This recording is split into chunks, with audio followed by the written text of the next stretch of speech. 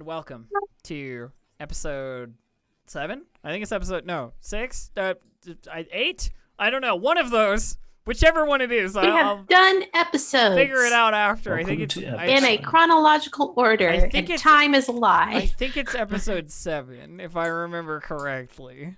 Let me just quickly look at my records here. Yes, episode 7, indeed. Of Star Wars Test for Gamble.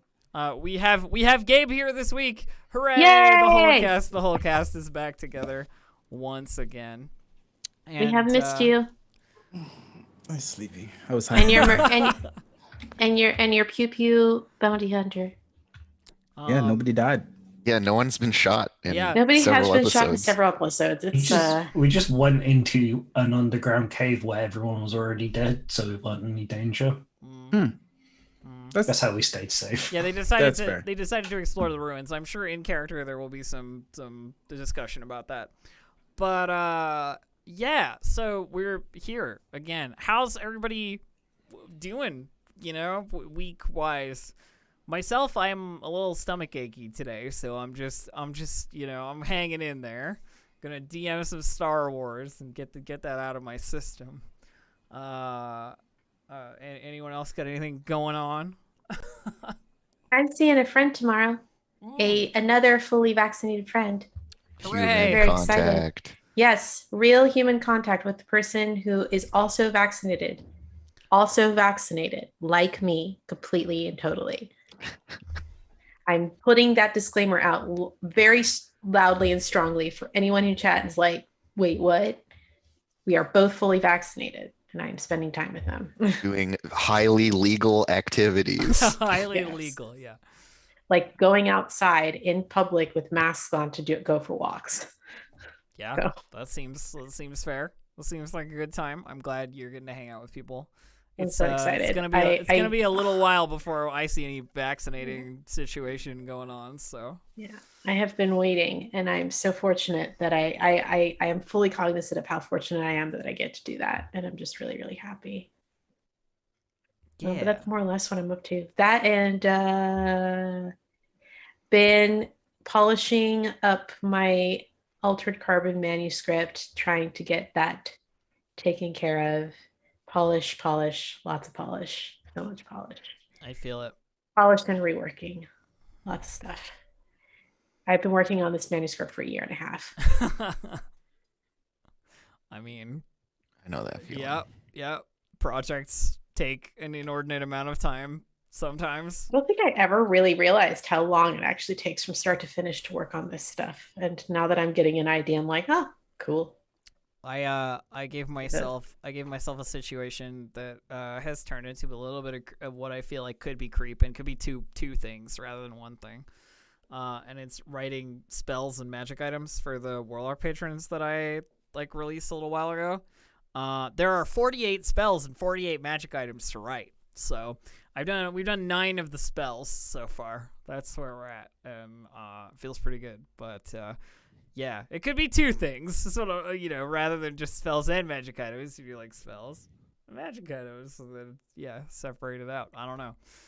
Those all have a lot of moving parts. Well, the thing that's really gotten to me is the like D&D legalese around writing spells, like the syntax of like spell structure in general, and like the way that it has to be written so that someone like Dave can't just be like, well, it doesn't say you can't do that, so you can.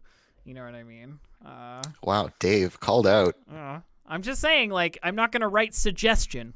That's all I'm saying is I'm not, I'm gonna write a spell that you know what it does when you use it. That's the great part of the syntax of it. When sometimes you're like, fundamentally this doesn't work, so now I can't use the syntax, and it feels like it's wrong, but also because it's stupid and fun. Yeah. Don't want to do that. Yeah.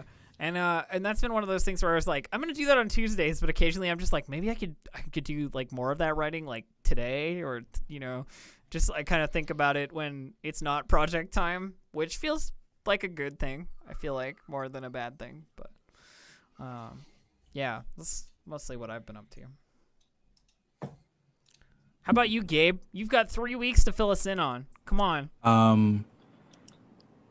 in the next month or two, you'll probably see some new first-party Roll20 releases that I've been working on, including just some token variety and then some playable things that'll be out and about and done. I've been busting my butt trying to get that stuff together, and then like last week it was last week Busy? it was like the moment of like, oh my gosh, wait, I'm like ahead of where I want to be, so it's like, all right, now I can sleep. Yeah, you can finally relax. yeah, but I'm excited about that. Also, no, that's it. I've been eating healthier. That's it. I've been actually like eating. I've trained myself that whenever I want something sweet, I eat fruit now. It took a while, but I'm glad that I did. I understand strongly. I resisted the urge to order a fast food burger today, and I felt like that was a huge triumph rather than just like what you should do every day and not do that. Yep. You know what I mean? I get it. So Okay, legit question. Gabe, do you buy your food or do you forage and hunt it all yourself? I mean, it's kind of a mix of both, depending. Like, I get a I get a large chunk of my tea from the woods. Really? That's cool. Yeah, I got a mortar and pestle in my kitchen, and then I like I grind it up and put it in bags, and then I have it sit by my window. My partner does the same thing. Absolutely. Yeah. My mom taught me about a lot of edible plants when I was younger, and then I just never forgot because I ate them a lot. Every now and then. Chat's correct though in that I always considered a trip to the grocery store to be foraging. Just generally you have to go there and like shelves are there and you have to take things. You have to find stuff. So it's only foraging if you don't pay for it. But no, yeah, I get a lot of tea from out in the woods. There's a couple plants that I eat. Like there's like a plant called parslane that has like a lemony flavor to it. So I like will toss that in with like salmon or something that I cook, and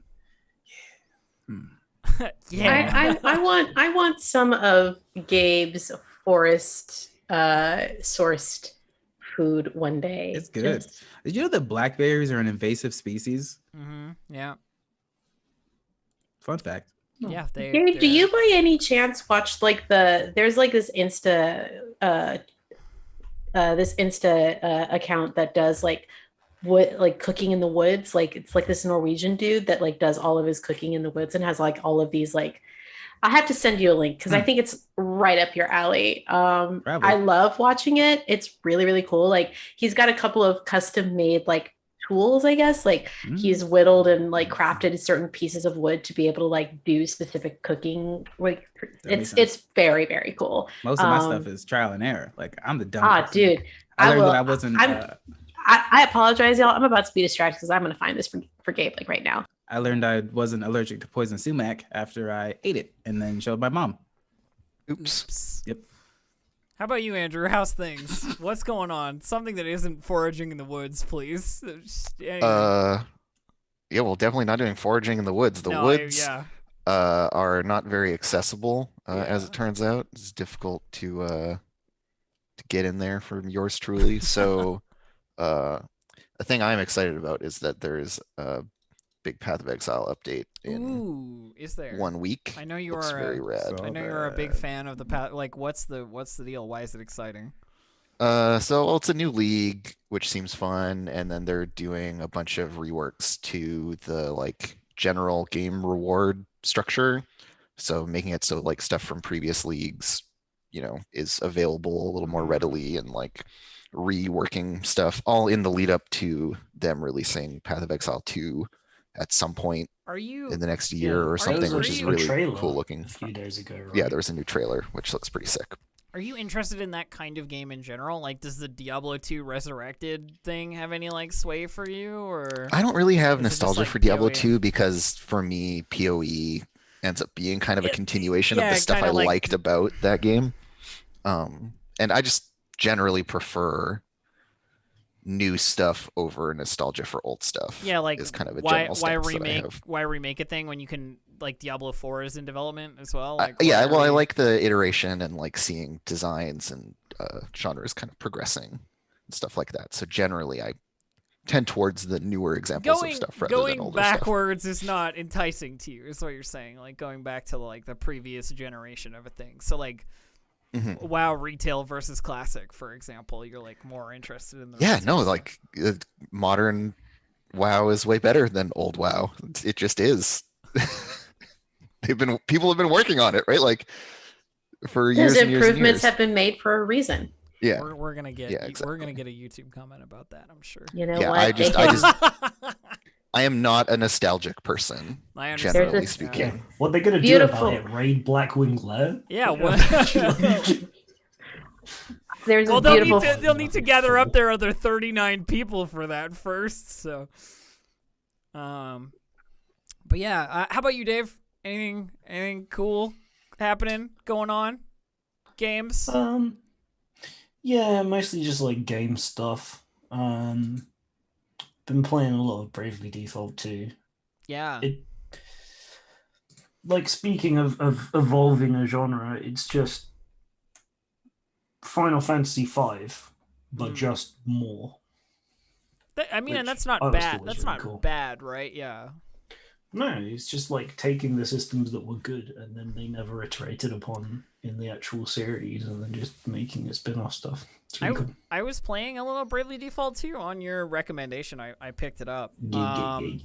But my current like Switch game of choice is Monster Hunter Rise that I've been playing like on my own on the couch, It's kind of nice. Oh, I have really weird feelings about stuff like that because there's always such like a big hype when something comes out and like a bunch of people are doing multiplayer because they're all kind of progressing at sort of the same pace. And I start getting stressed out that I'm not keeping up. And then that makes me not play it. And then like I feel like I'm missing out. So I play a bunch and it stresses me I don't out really again. think so. That's how I always feel. I'm still HR2, for example. I've been playing it a lot like on my own because I find streaming it to be way less fun than streaming like World, for example. If I was gonna play a Monster Hunter game, like World is much more fun to just like keyboard mouse controls and be able to hear my game and the people I'm playing with at the same time. So I've just kind of kept Rise for myself and just like you said it was played difficult whenever. with your setup, right? To do Switch stream. Yeah, it's not inherently difficult. It's just difficult the way that like my stuff is set up. Yeah. But anyway, apart from that, just planning stuff. I said like 3 weeks ago, the thing's gonna be done in 2 weeks. And so far, I've made a plan for making a plan. It's going well. Progress. Trying to work out what the different features are going to be and putting them in boxes. I have found. Then I'll work out the things. I have found when it comes to writing stuff, in general, and my advice, not that you need my advice, but my advice has just been like, just put stuff on paper, whether it's bad or good or whatever. Like as long as you like write a document, then it doesn't matter. Yeah, I've got a bunch of them. They just don't make any good. sense without context. I mean, they don't have to until you filter the context in, right? Yeah, that's what I'm doing. Yeah. Cool. I'm hyped to see what comes out of it eventually. It's gonna be sick. Yeah, I bet. So, Star Wars perhaps. Star Wars.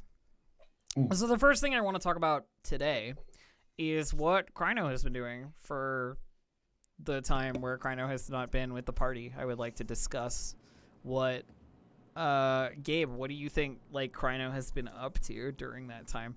You've been sort of incommunicado and you've been with Keld, the like old lady bounty hunter person. I've got some ideas, but I want to make sure that like I give it to you mainly to sort of like start. Probably just information gathering, if nothing else. Okay. Information, especially if like that bounty is a target for the future. On like on what? Like information gathering about what? I can't remember I can't remember the name. The You mean bounty. the 100K bounty? Yes. Panakata, the Yes. Fog Warden bounty. Yeah. Exactly. I would say that like generally the information that you have is the information that you have with that. Like not a lot of people know much about them. You know what I mean? Or about like their operation or any of that stuff, especially not around here. I think you probably spend like, and stop me if you want to do something else, obviously. You probably spend a little bit of time doing that, and it's clear that you're going to hit like a bunch of dead ends, you know? Nobody wants to talk about this person. They are a mystery, so to speak. And Keld eventually is like, well, why are we wasting our time with this when we could hunt an actual bounty? You know, there are plenty. That's true. If you have a lead, then sure, lead on. She like pulls up a sort of like hollow Rolodex of bounties and like flips through looking for, you know, like one face and another face alien, you know, like flipping through this like hologram selection. And she eventually comes across, and I have a rollable table for huntable bounties, so I'm gonna butt prints did a whole bunch. They all have art as well, which is great. So let's roll a D8. Do we pay butt prints? I know, but I'm certainly usually utilizing a great number of their contributions. I feel like that should be a thing. So she eventually stops on this Amaran pilot named Is Cartus. Let me get the art for Is and show you, because it's on the wiki.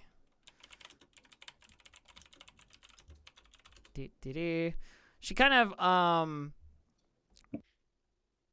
of hesitates a little bit when she stops on it and reads over the file. And she goes, well, there is this one. Yes, I think I heard that they docked at the button recently, the station above in their fighter. Been transport pilot for a little while, but they've got a price on their head for their efforts during the rebellion. And easy collect if we can catch them, you know, with their feet on the ground. All right, it's a good plan. Right. So let's head up. We'll take the next shuttle and head up to the station. And we'll lay our ambush. You know? And she's kind of like, eventually you sort of wait for the shuttle, you go and set up to head up to the button. And the button is this like, you know, pan to the what's up, Omni? I have a question. Is it an official guild bounty? I mean, it's a bounty that Keld has picked out, you know what I mean, from her like Rolodex of bounties. So it's probably related to the guild. I'm just thinking, like, is it opportunity for like kind of a ride along almost? Oh, like getting you into the plan is, and I was gonna say this in just a second. Sorry, yeah. The plan is like once you're on the shuttle, she basically like sits down next to you on this like bus-like shuttle that sort of flies you up to the space station above Vode. And the space station is this like monstrosity of, you know, like Durasteel and like bolts, and you know, it's like a big loading dock kind of a place. It's not particularly fancy. It's a little grimier than stuff on the surface because there isn't as necessary, you know, like sort of disinfectant sort of manner that it has to be dealt with. But as you're in the shuttle headed up there, she's sitting next to you on like the bench or what have you, and she leans over and goes like, "We're gonna call this one a test, I think." Test. Well, you know, you expressed interest in guild activity, and as the local guild authority, then it's up to me what happens to your application. Interesting. Okay. Well, then I hope I can keep up. She holds her hands up, in a sort of this kind of gesture. She goes like, I don't plan to interfere on this one. I'm gonna leave this one to you. Do you want them dead or alive? Let me check what the bounty says. And she like flicks the hologram back open and says, alive is better. Switch my gun to stun. But there's no specification. And that's kind of like cut from that scene that, you switch your gun to stun, the shuttle, like, we pan out to the shuttle, like going and landing on the station. You get off and it is a bustle of activity up here. The place is got, various like large transport ships or like what you would consider to be like space trucks, you know what I mean? These kind of like large cargo hold vessels like loading up or unloading or what have you, and there's people like milling about and yelling orders and all that kind of thing in the busy hangar, and everybody disembarks and Keld leans in and says like, think that's the ship she came on, and like notes one of the transport ships and says I'd bet the bar if I were a, betting person. Let's go have a drink, shall we? She laughs in like a croaking sort of fashion, like a very dry laugh, and follows along with you. Now, Amarans are basically like sort of. Let me get a picture of an Amaran so you know what we're looking at.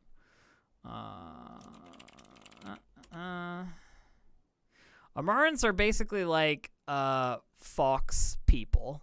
They look like like Star Fox style, but like longer, bushier tail. Kinda is like the way that I would describe them. And it's clear to see there is like an Amaran wearing a flight suit. At the bar, like drinking some amber alcohol. The bar itself is like a grimy rest stop kind of a place, you know what I mean? Like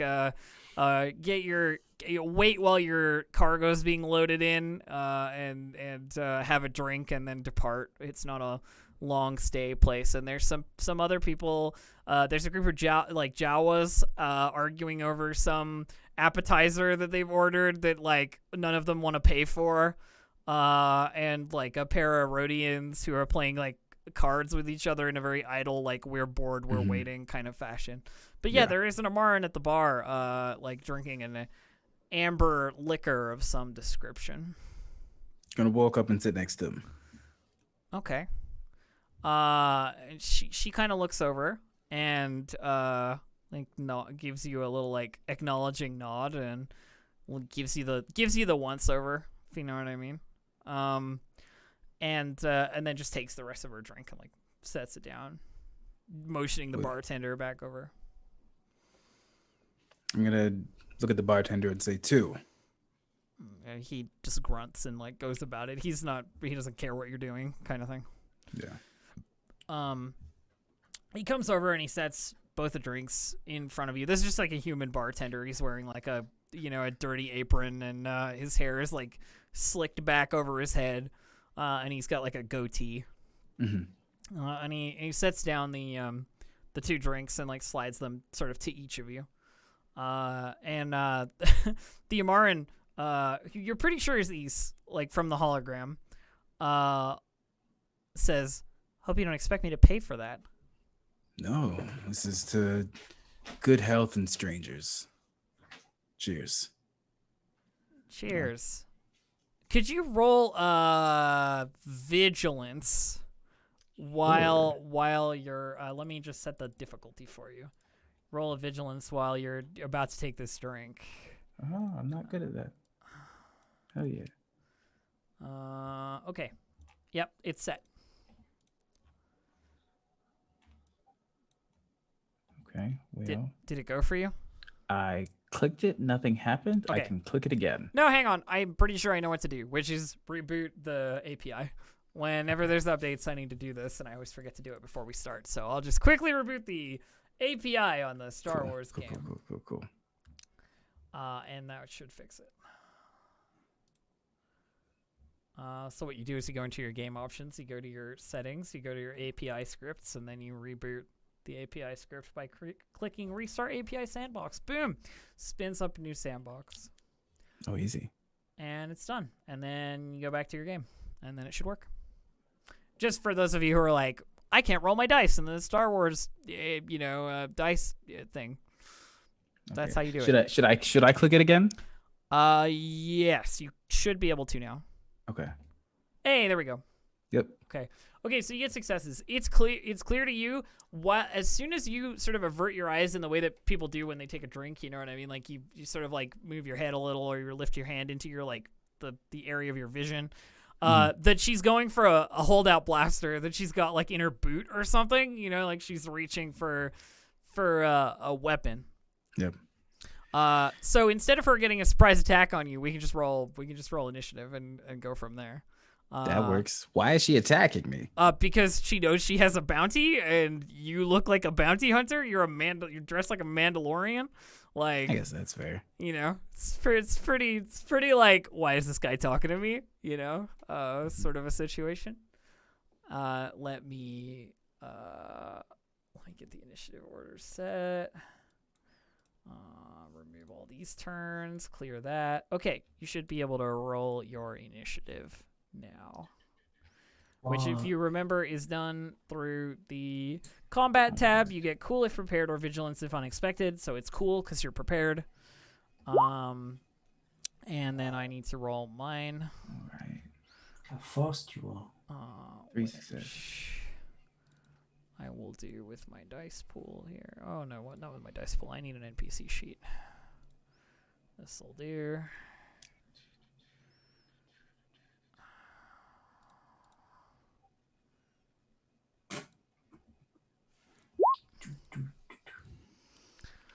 Okay. Well, you clearly have the upper hand initiative-wise on this particular move. So what's the game plan for your first turn? She's reaching for a blaster, so it's clear like she knows something is up and that she's gonna act on it. Okay, but you're like sitting at a bar as well. Yeah. You know, you're within like short distance. You could be engaged if you leaned over like a little. You know what I mean?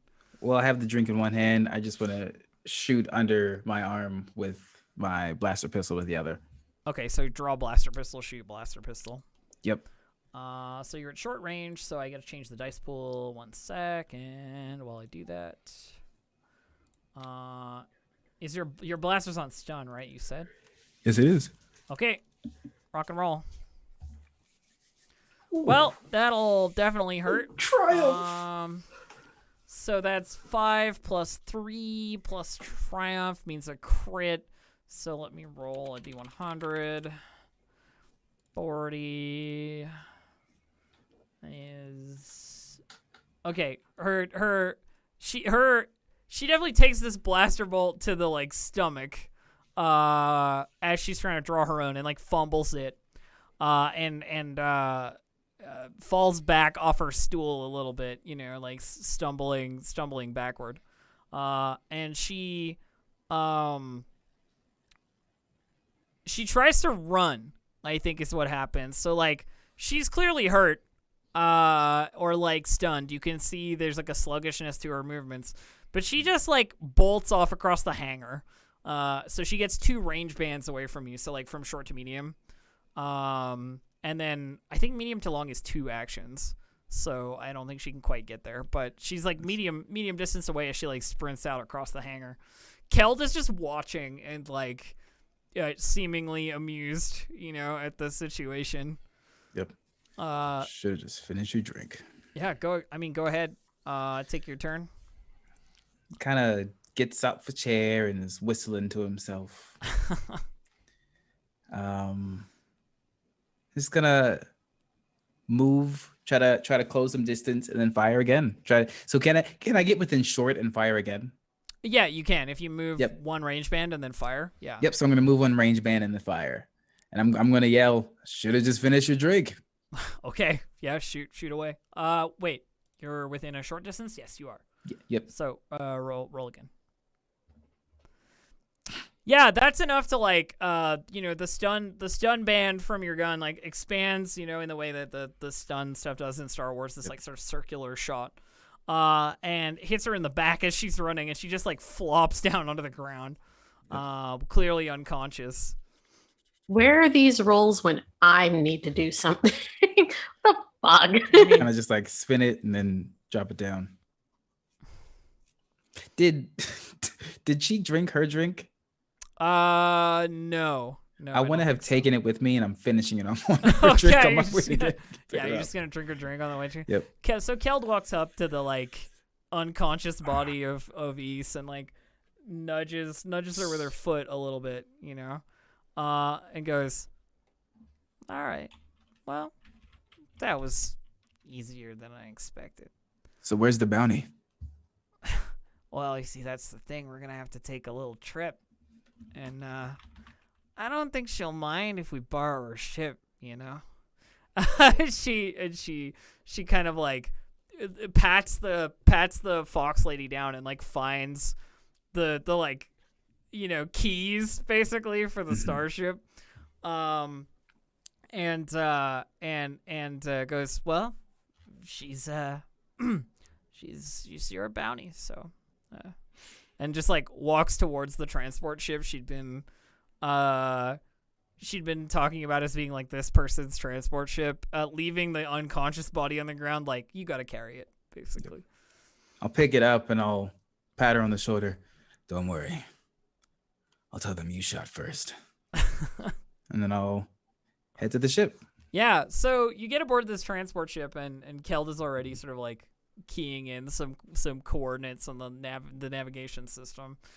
This thing is like a brick of a ship, it's like a big cargo hold with a tiny cockpit and like some basic sleeping quarters. It's not at all like a problem to navigate, if you know what I mean. Yep. So where are you gonna stash unconscious Ys? How many chairs are there? In the cockpit, 2. Yeah. Like 2? one for the pilot, one for a co-pilot. And then There's are there like- any There's like are there any other like inside the rest of the ship? There's like a sleeping quarters kind of area with like a couple of bunk beds in it. You know what I mean? Like small rooms with like a bunk bed each in them. I'm gonna put her on a bunk bed and then find some loose wires and then just wrap them around the bunk bed. Okay, you're just trying to like tie her to the bed. Yep. Okay. There's that would be All that. scavenging to like find stuff to do that with. So let's have a look. Skill wise, what can I get you to do here? Why don't you give me a perception check to like find stuff to do this with? All right. Tell me when. 1 second.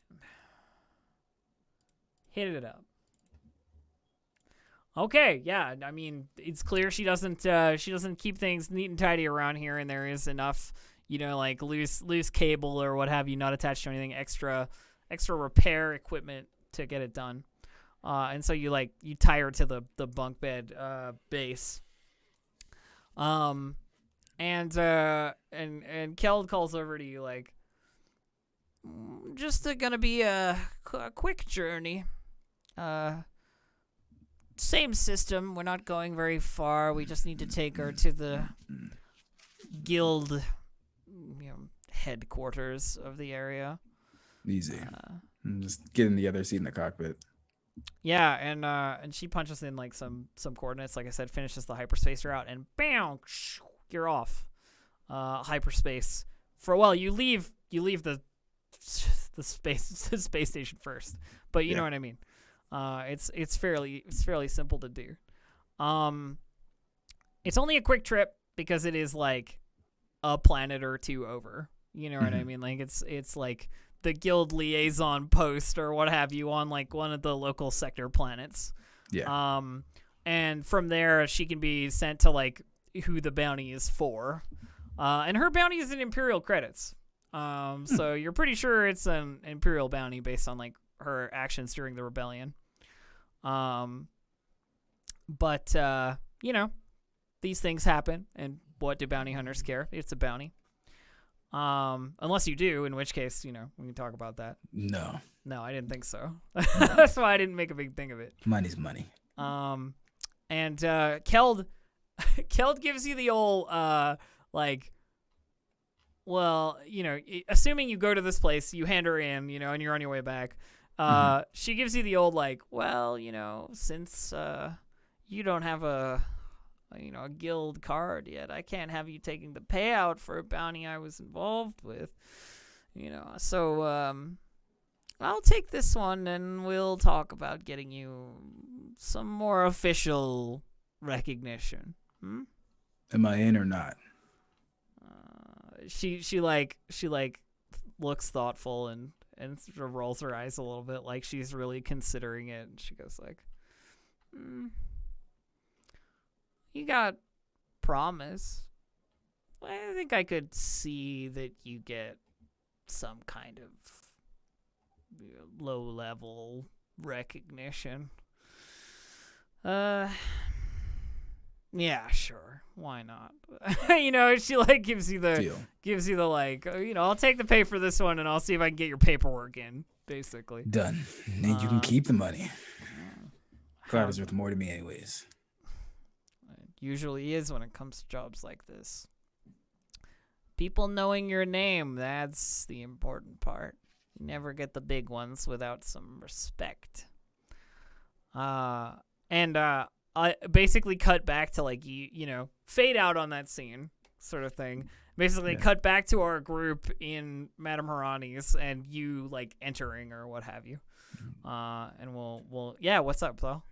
We haven't rolled for Dark and Light Side or no, we Obligation haven't yet. You are correct. We have not. Let's do so. I figured I'd wait for you to kind of wrap out what Kryno had been up to for the last couple of No, it's a good move. days. So. Okay, let me just clear the pool, and then everybody, each of you, please roll me one force die. All right, got one dark from. Okay, wait. Where's my noise? Why does This yours? is rolling the destiny. Ooh. So, yeah, this is rolling the destiny exactly. Yeah. Okay, so we've got Wild. 1 dark, 2 light, 2 dark, 1 light. So yeah, 3 dark, and 3 light. Yeah. As well. But yeah, do you have something toggled in your dice pool? I think you're Dave? just rolling the force rather than rolling the destiny button is the only difference. Where's the button? Oh. Oh. Oh. Yeah. I'm testing it. Yeah, there you go. Okay. Oh, now it's got 4. Oh, I've ruined everything. It doesn't matter. I can fix it. Okay. And I'm gonna roll obligation. No obligations hit this particular session. We are outside of the band of obligations. So the 3 of you are discussing your next move or what have you. I know there was some talk about what everybody was doing individually at the end of last session. I imagine Madame Harani's is the general meeting place. And Kryno shows back up after more than the time you thought it would take for them to get done whatever it was, because your message was a day or something, but you're away for 2 or 3. And Keld's not with you. She's off doing whatever it is Keld does when she has the time. Yeah, so there are things that I guess you probably want to share on. Hey, you're all alive. That's wonderful. Well, yeah. Apparently, so are you. Yeah. Met a fox. Nice to see you. We've had to field some really angry people because of you. I mean, one angry One person. angry person. Who? Who was really unimpressed. I can't even remember their name. Well, then they're not that important. Well, they're not important to me, but I think they're important to you. Nah. Well, it's 10,000 credits or whatever it was.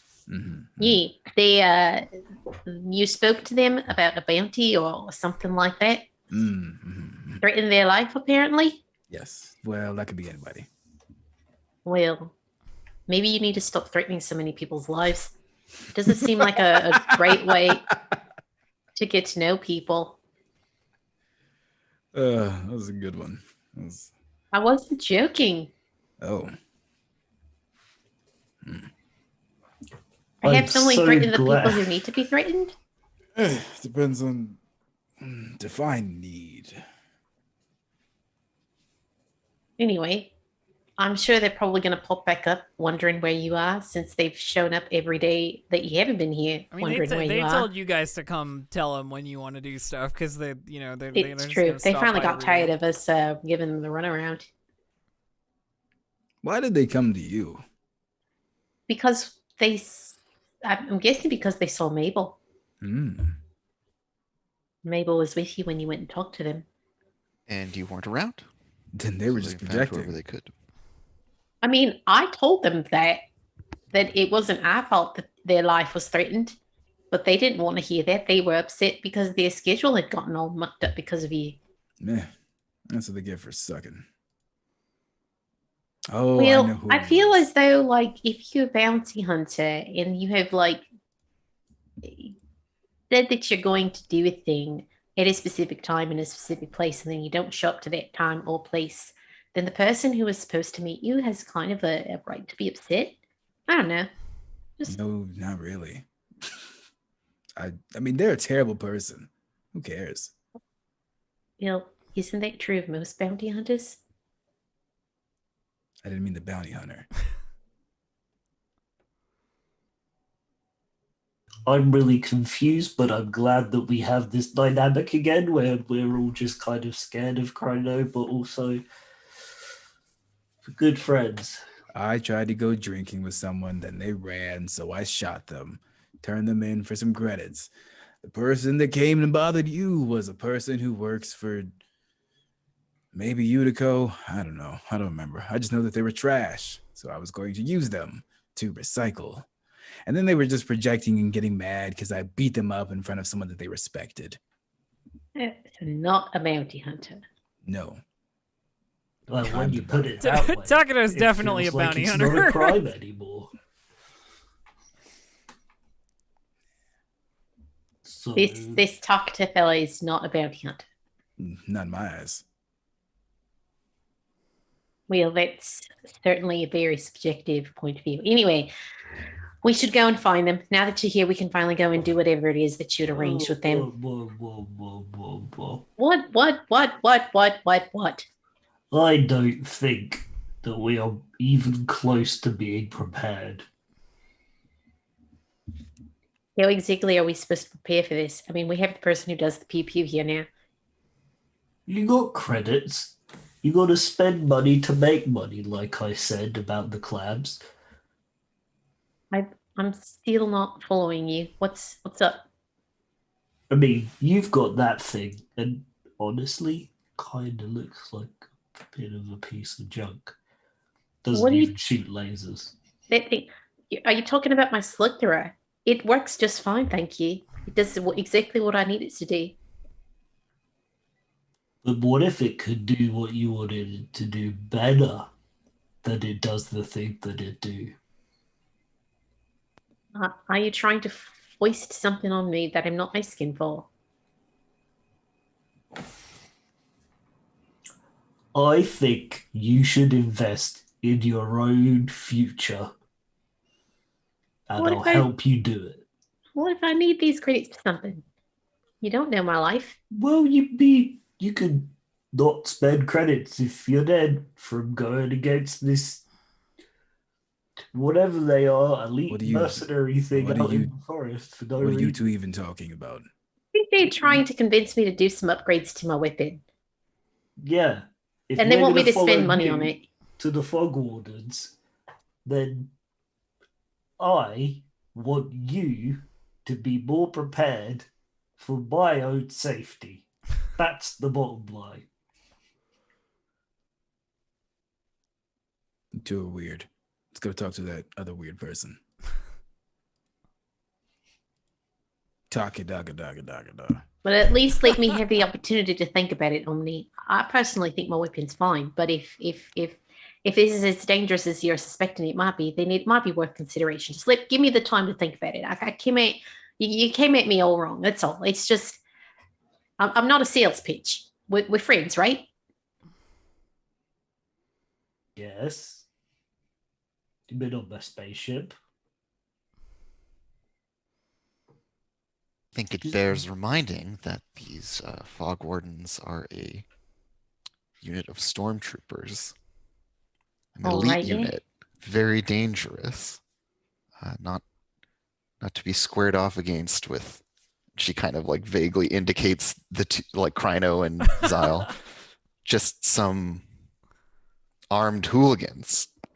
They're very trained, they're very organized, and they are well equipped. And so it seems very reasonable that Omni suggests that you also be well equipped, given that you can't be organized. I take offense at the idea that I'm some sort of hooligan. I have you know, I am an incredibly organized and resourceful young man. I'm not a man. It's at this young point, person. It's at this point during this like slightly escalated conversation that you hear this like uproarious laughter from a table nearby you, and it's that Gamorrean that you met along like a couple of sessions ago, Mongum, talking with a group of like assorted aliens, and there's something loud. He says something loudly like oh, you're a shoo-in to win this time, you know, like to the group, and like gives them like a big pat on the back to like one of the people near him, and they kind of walk away all happy. What about you? Anybody know?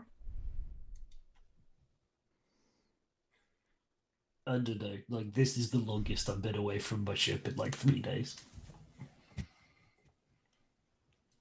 Is the Gamorrean drinking anything? He's always drinking and eating. The guy like never stops. You know what I mean? I take his drink. You're gonna take his drink? Yes. You're gonna have to roll me something for that. Back like 5 minutes. You're gonna have to roll me something. Over For here that. to So you just like get up from your table and like whiskey. walk over to his and like take his drink. So this is your plan? Yes. Okay. Right. Well, let's get a coordination check from you, Kryno. To take his drink? He's drinking it. Oh, when he put does he not put it down at all? He's like a humanoid pig. The guy is like eating and drinking, double fisting, you know, like a chicken leg and the like stein of whatever it is he has, you know. If he doesn't put it down, then I'm not gonna take it. Okay, all right, cool. Okay. So what instead? You want to like get his attention? Is that your plan? No. Okay, I'll walk over and just look at him, and then I'll just walk back. Okay. He gives you a weird look, and he's like, "All right." Yes, it's weird when other people just interject in your life for no reason, isn't it? I agree. I wasn't talking to you. Just because you can hear me doesn't mean I care about what you're doing. God, don't make me shoot somebody else today. I'd like to see you try, kid. He like gets up from his chair. He's about 8 feet tall. That being said, what were you talking about there just now with all those other folks? Looks over to Zyle. Swoop race. Well, not swoop, speeders. You need a couple of people in a crew around here. Did you say speeder racing? Mm-hmm. Yeah. Yeah. Used to be I ran the thing, but Utico's taking their hand in it now. So, you know, I just want to make sure my sponsored crews do well.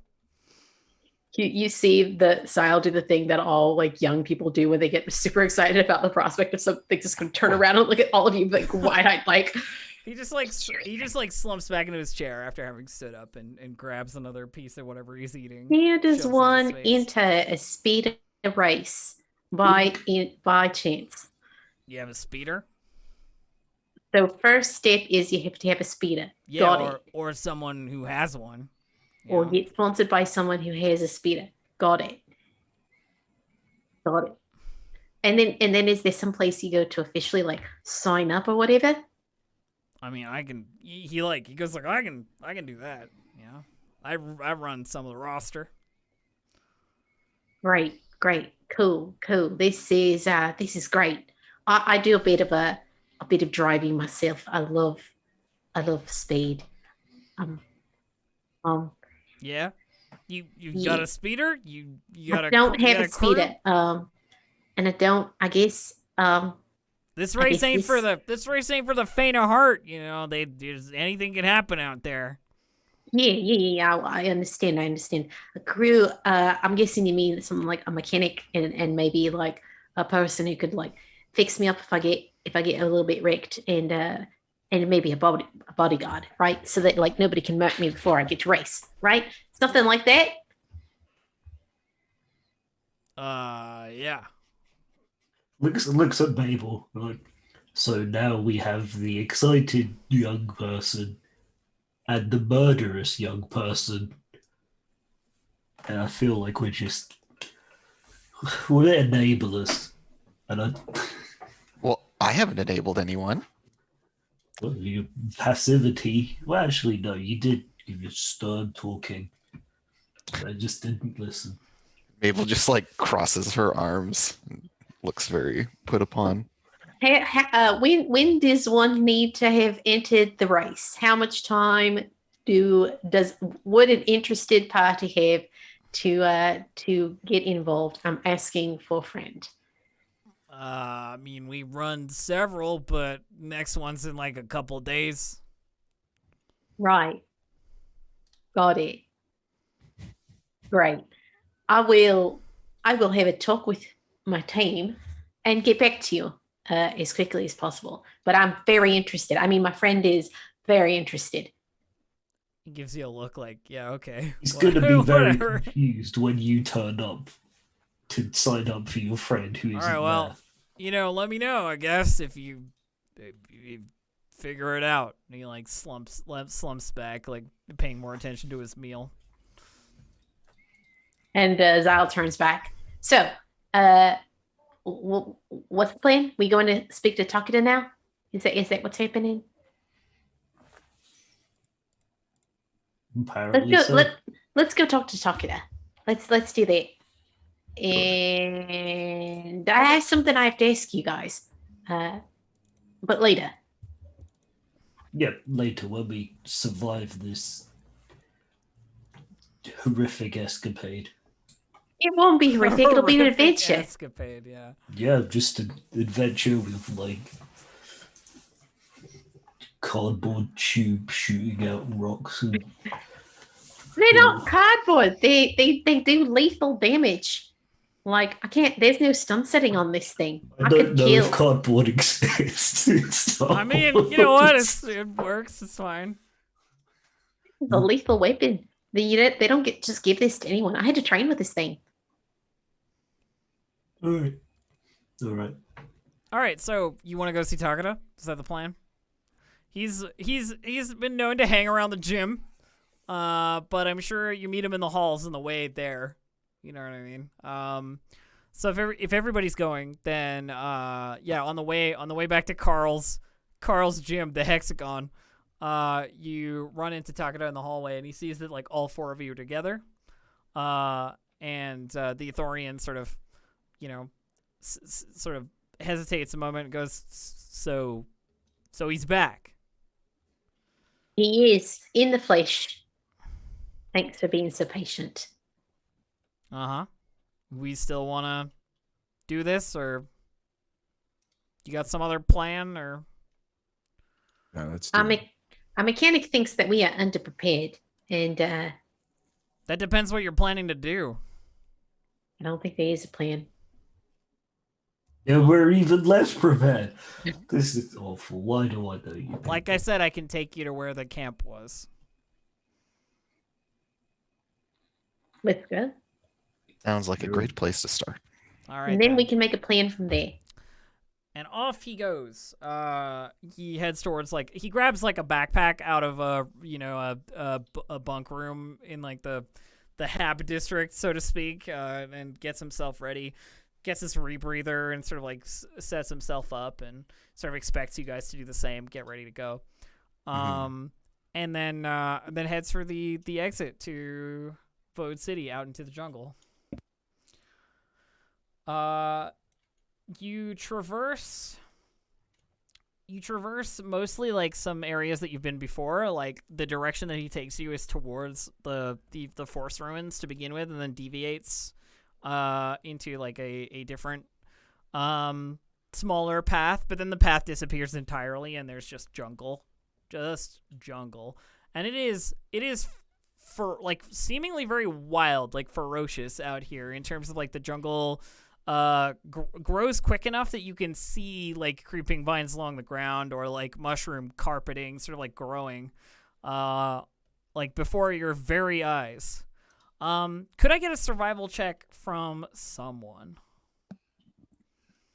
I can do it. I can do it. This is for a different purpose than leading, because Takeda is obviously leading, but I would love to. Oh yeah, boost. Yeah. Throw boost to you. Okay, boosted. I'm ready when you are. Yeah, go ahead. Oh, here we go. It's time for some Xyl rules. We know what that means. Yo, look at that. Yeah, like 5 successes. You did so good. I did. Look, y'all. It happened. I got 5 successes. That never happens to me. I'm so excited. Are you, what? The last one I'll get for the rest of the game. Just watch. Is that in character, or I'm so confused? Kind of is. Xyl, I think that to Xyl, maintain the accent is so good. it is a little bit of that. It's true, but I think that Xyl is actually kind of surprised that at themselves as like they're navigating through that. Like I think that they're finally starting to feel settled and like understand a little bit more about how vote is starting to work, and I think that might contribute to this level of success. So I think what you realize, having succeeded your survival roll, 2 threat, which I will put towards the next roll of somebody's being at a disadvantage, by the way. But what you realize is that Takeda has been walking you around in a little bit of like a semicircle, you know what I mean? Or like just like leading you in a direction that is not like a straight line towards wherever he's taking you, as if he's like making it up as he goes a little bit, or as if he's like leading you away and then like back towards something, trying to be obtuse about like where he's going. Hey, Takeda, you having us on? He like looks over his shoulder at you and goes like, what do you mean? We've been traveling in circles. Not quite circles. I mean, we're still getting where we need to go. Why are we taking Camp's up such here. Oh, are you trying to lure us into an ambush? Shrugs his shoulders. He's like, if you don't want to follow me, don't follow me. Well, You asked me to do this. oh, ambush. Beep beep beep beep beep beep. Life form sensor. Cool. There are a shit ton of life forms on Vode. And you get a lot of sensor readings around here. Oh, I can't like narrow it down. I mean, can you? I don't know. I don't know. You give me a mechanics some roll, research. or you know? Let's roll dice. Hang on. Okay. I'm gonna use one dark. Oh, never mind. Sorry. Successes. Sorry. Yeah, you narrow it down. You don't see any humanoid life forms. Not nearby, anyway. No, it's nearby right now. Maybe we've not made it to the ambush point. I told you the longer we wait, the more likely there's gonna be nothing there. Fine, go. Okay, so he keeps leading you, along, and it takes another probably like hour or so. The fog is really thick and difficult to see through. The jungle is like clearly uncultivated, further through here, like nobody comes this way, or that hasn't come this way in a long time, that like makes a mess around here. And you arrive in sort of a clearing, where the fog's still thick, and you can see in the distance there are several, like, through the fog, you can see like several humanoid forms standing with like a weapon in hand, almost like a pole arm or something. They look, in the fog, it's the shape of like people. in this sort of like valley that you've been led into, where there's like a lot of like high ground around you. And he says like, well, we're here. None of the forms in the mist, or sorry, in the fog move. They just stand there.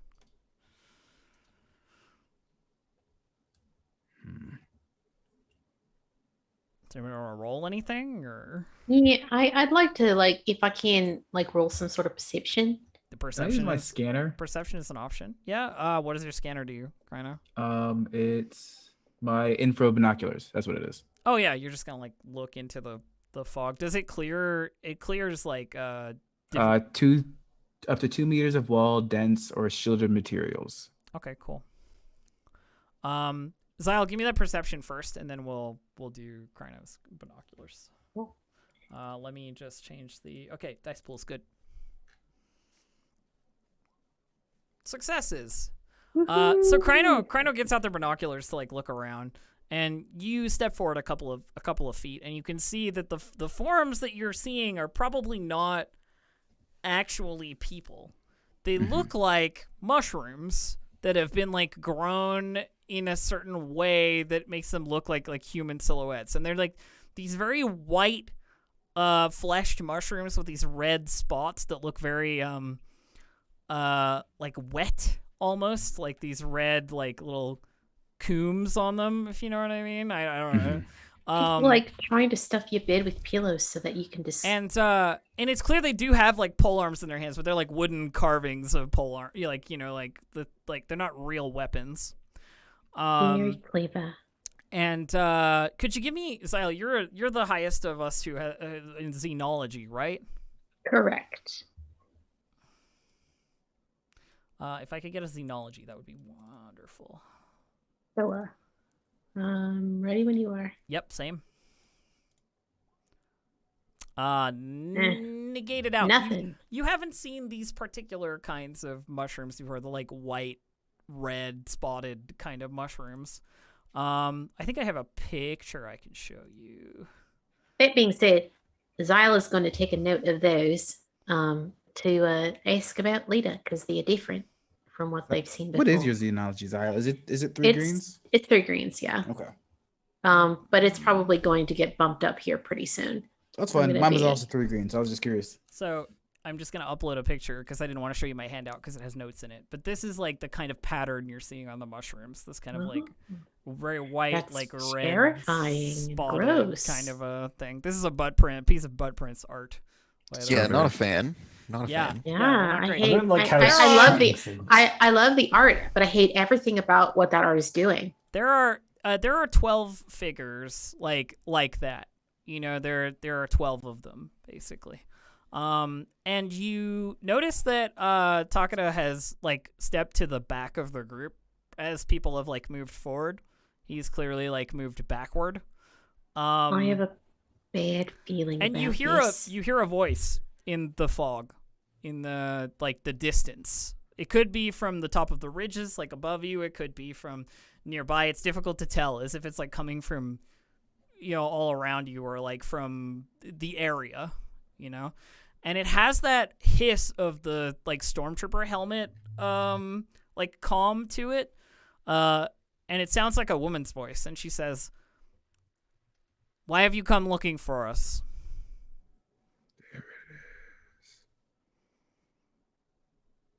Yeah, and Mabel kind of looks at Kryno. Same. Why is it now that I'm the one who talks? Everybody else talks every other time. It's your This is bounty. your mission, dude. If you want to insist on making this about your bounty, then by all means. Otherwise, I'm happy to speak with Please. more peaceable terms. This isn't just about the bounty. There was a whole bunch of people out here that I thought were an issue. Go ahead, Mabel. She like Yeah, the voice like waits for you to finish whatever it is that you're talking about, kind of thing. And so, yeah, Mabel will like turn towards this person and kind of like wave really awkwardly Like into nowhere, kind of into thing. kind of the distance. Yes, well, assuming you can see me, you might recognize that I am a medical droid, and I'm here to offer my assistance with what I imagine are a number of people in need of my services.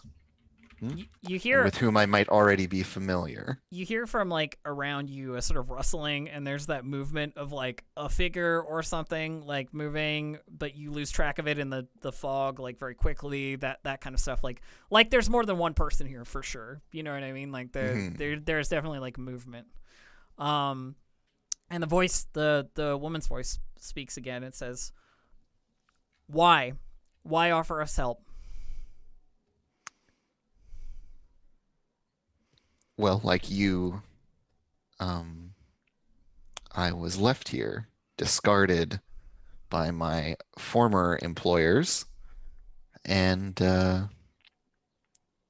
shall we just say it is out of solidarity? The rest of your team here out of solidarity? And Mabel kind of shrugs. She like waits for other people to speak, basically. Like she's not gonna let Mabel talk for you necessarily. I follow the lady's lead. I don't know what I'm doing here. I'm supporting my friends. Please don't shoot us. Okay. So there's a silence, like as if waiting for Kryno to speak if Kryno wants to. So there was an individual that had a bounty on them inside of this? One of the Fog Wardens is like their leader is named Yeah. Panakata, and she has a 100K bounty, but it's a Utico bounty. Just so you know, like it's clear she's been disrupting their efforts. Yeah, it's not a guild bounty, right? Yeah. Important on. Yeah. Correct. Yeah. Oh, all right. Well, I was curious who was so valuable to Utico, personally. Yes, well, they do hate disruptions in their supply line, that caustic chemical that they generate. She says with like distaste. You can hear like the like annoyance in her voice, as if like talking about it is in itself like gross somehow. Again, the voice like echoes around this like valley. Yeah, that makes sense. Where'd Takeda go? He's standing at like the back of the group. He hasn't like fully disappeared, but it looks like he's gonna he's gonna ready like, to ditch. he's gonna ready to run away. Yeah. Takeda, if you leave, I will shoot you in the back. Get up here. He kind of just steps forward, like Thank doesn't really you. matter. 'Cause I don't trust you leaving. Yeah, I was just curious who had been able to make Utico put a bounty of 100,000 credits. I have another image for you, by the way. And it is what these mushrooms look like in the form that they've been like cultivated in. Here Oh, we they go. look like people. Yeah, they're like cute. They're like little scarecrow. like scarecrows, basically. Yeah. So like in the fog, they look like people. You know what I mean? From a distance, they look like a person, or through the fog, they look like a person. That makes sense. There, like I said, there are 12 of them. And she says, Utico hates disruption. I and my people cause necessary disruption. Your people are mushrooms. she like there's a laugh like filtered through a stormtrooper helmet. You know, you can hear the sort of like distortion on it. It's like, no, my people aren't mushrooms, but we've learned to live in this place out of necessity. Do you see anything that isn't a mushroom? Because I do not, and I don't see mushrooms. I mean, it's all I can make out in this fog. Whoever this lady is, she's really resourceful and very good at hiding. Do I have rapidly circling blips on the little. Oh, you're thing checking that I've the calibrated. checking the Yeah. scanner. You can see there are at least like 10 human life forms if you were like checking. But it's hard. It's okay. hard. They move. You know what I mean? Like it's hard to tell like what direction you're in, and so forth. Yeah, so it's like a trying to get Chrono's attention. It's like 10 of them. 10. Well, what did you all want to do? Oh, That one of them, by the way, Omni is in this valley. Like the others are sort of around, and one of them is like in it with you, kind of thing. I found what I you- wanted. So you came to me, offering help. Do you hate Utico? I spare no love for them, certainly. I They'll consider s- myself largely unaffiliated, one way or the other. They'll spare no love for you associating with us. Well, and they don't need to know. And you see one of the shapes that looks like the static sort of like mushroom decoy moves and like steps forward towards the group. And it's clear when they get closer through the fog that they're wearing like stormtrooper armor. You can see like the helmet is the right shape, the like white armor is like present, but it's covered in that same like red pattern that the mushrooms are patterned as if it's like camouflage. And she has sort of like a red capped like hat, almost like a mushroom cap that she's wearing, and she has like a pole arm in her hand that looks like a real pole arm rather than a decoy pole arm. Yeah. And she steps forward, and you can hear the rattle of like the plasteel armor just a little. And she says, "They don't need to know."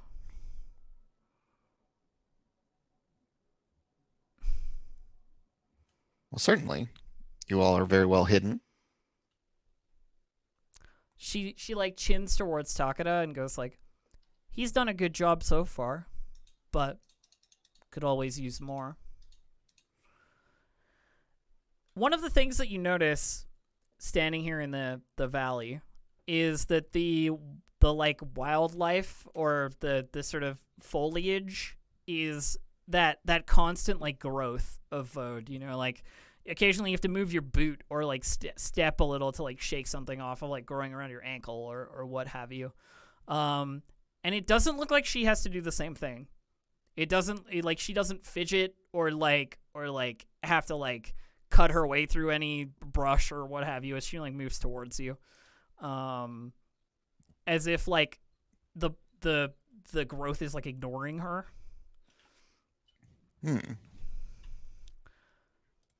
So, you're offering medical assistance then?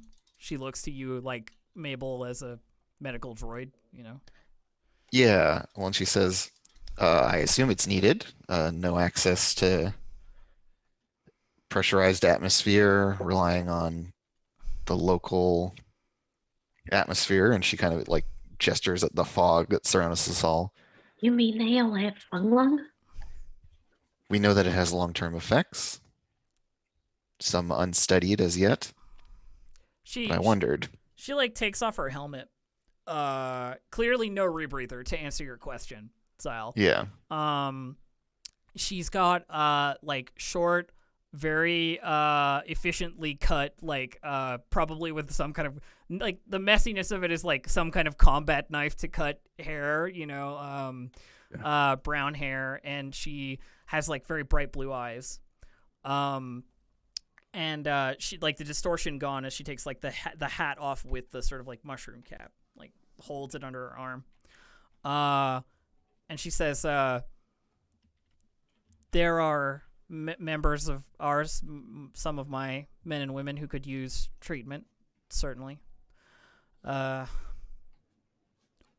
aren't many resources out here other than what can be acquired naturally, and that can be variable.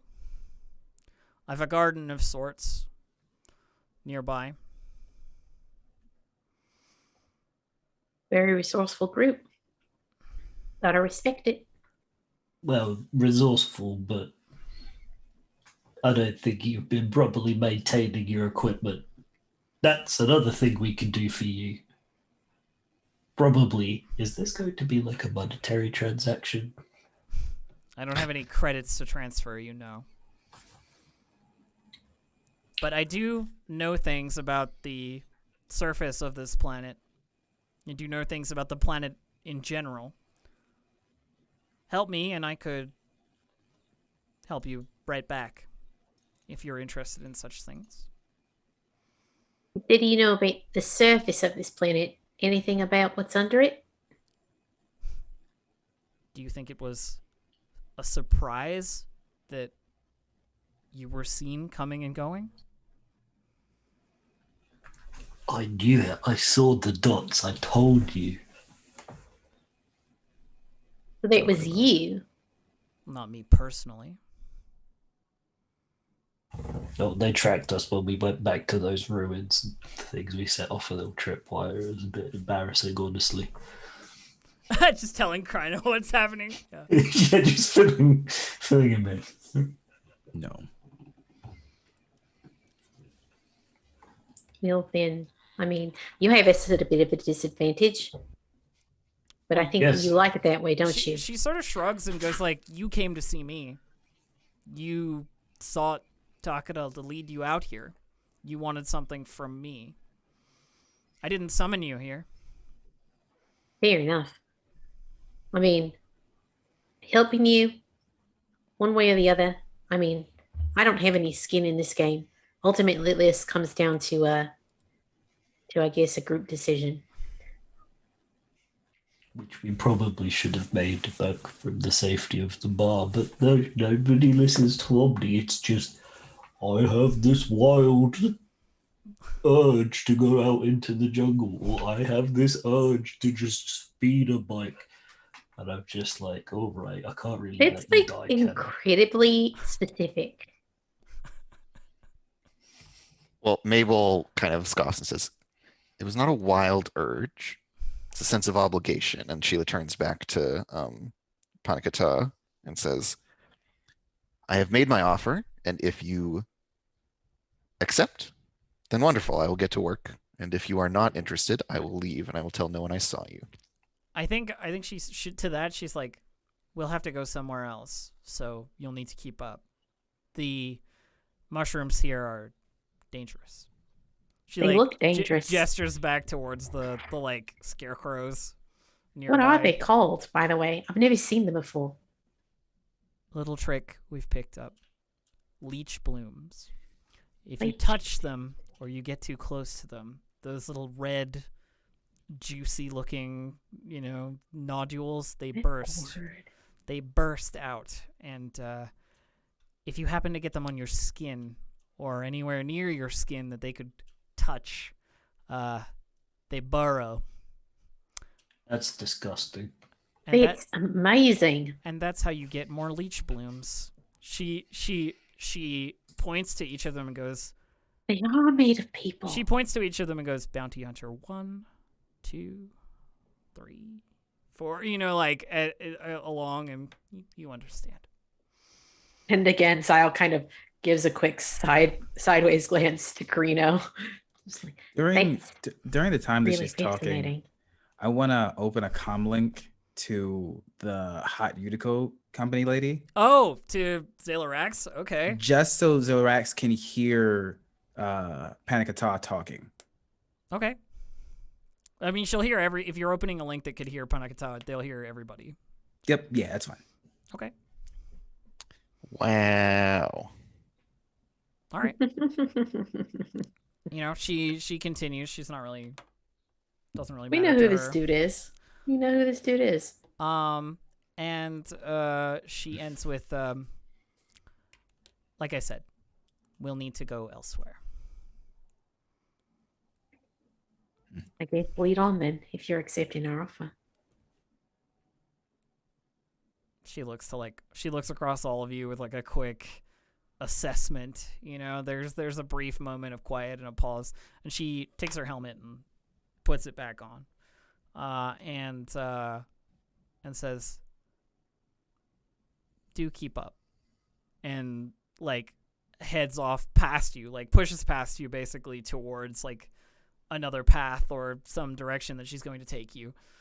She doesn't get too far ahead of you, but she definitely stays far ahead enough that you can only kind of see her through the fog ahead of you. Like, it's thick, and she's moving through the jungle as if she is entirely natural to it. You know, there is no hindrance to her in this like place, it seems like. And that's where we'll take our break, and we'll be back right after with some more Star Wars Desperate Gamble. Yay! Yeah, see you in just a second, everybody. Break time. Hello, everyone, and welcome back to the second half of episode 7 of Desperate Gamble. Our heroes, quote unquote, I don't know if I can classify them as heroes, are not yet. Anyway. Not yet. Yeah, are being led through the woods, the jungle, by Panakata, the leader of the Fog Wardens, and her escort. There are several other Fog Wardens that you see like on the periphery as you're moving like through here. You know, they're taking like different paths slightly further away from you, or you know, up behind you, or what have you. Takeda is still with you because Kryno was like, I don't want you to, you know, get out of my sight or whatever. So the Ithorian is still with you as well. And you make your way to a place that looks like has been eventually, it takes like an hour, maybe an hour and a half, but you make your way to a place where there is some movement.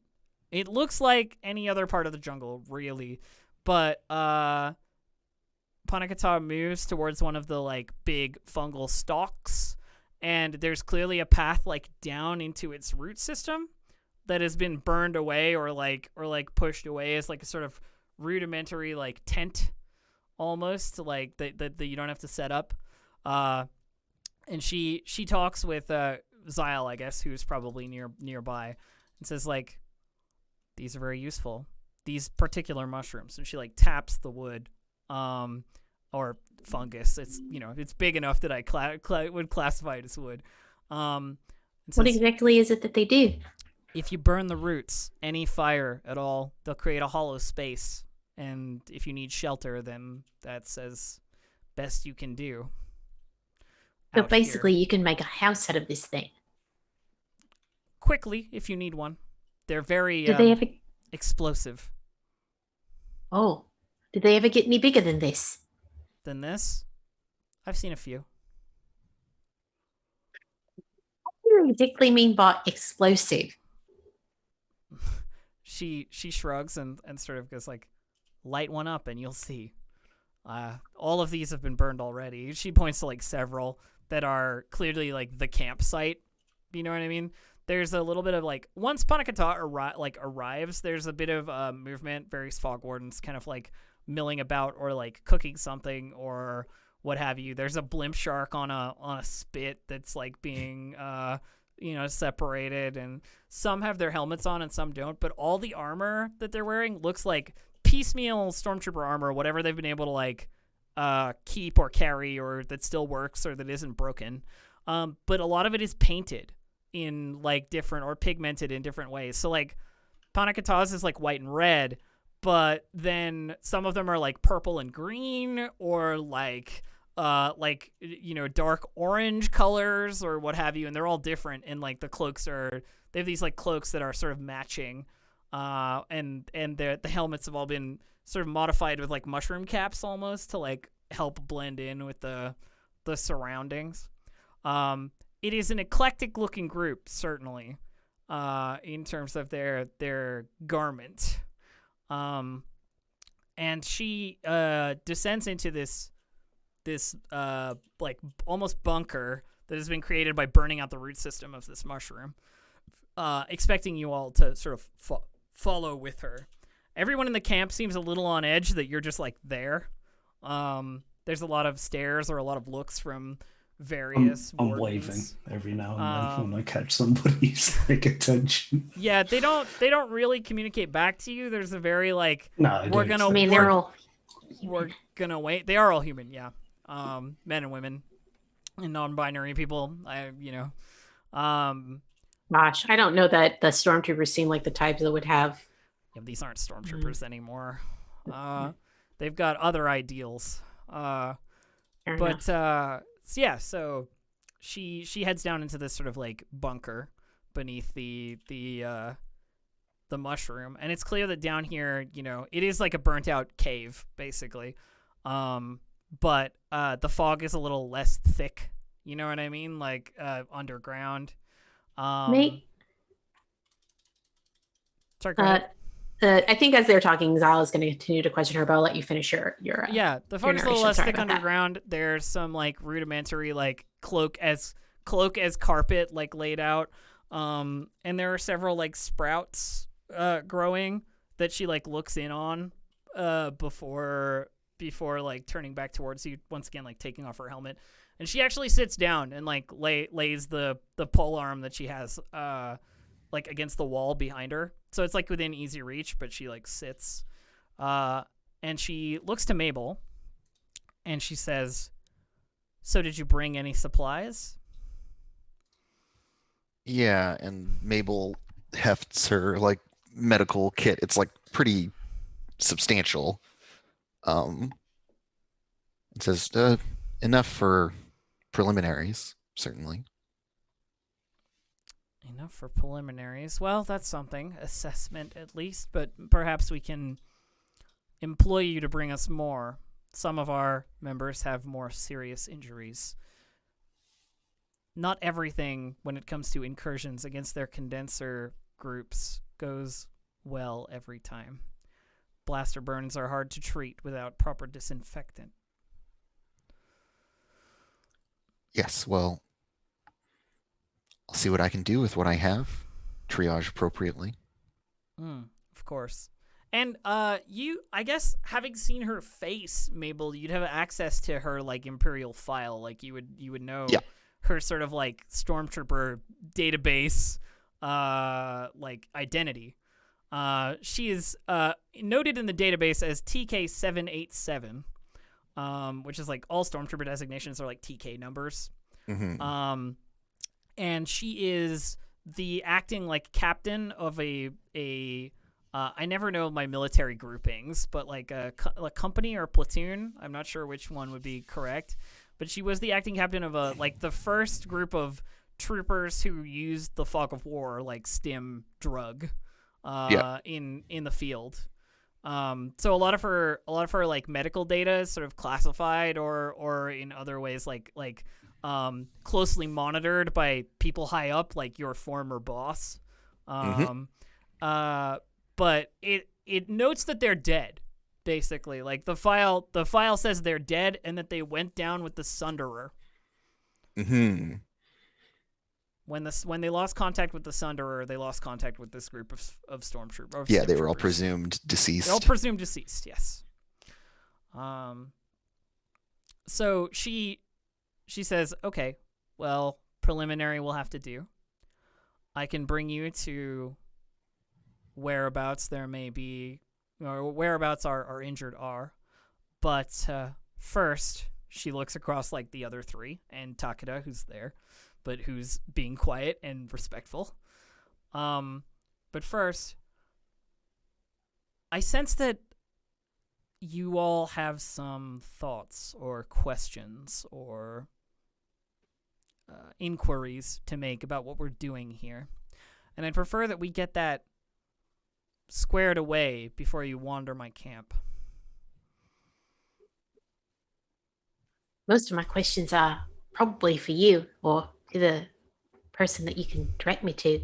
I mean, my interest is in the planet and very specifically the ruins, and it seems to me that she smiles. There's a little like a tinge of a smile, and she says like, "You and I will talk soon, very soon, the two of us.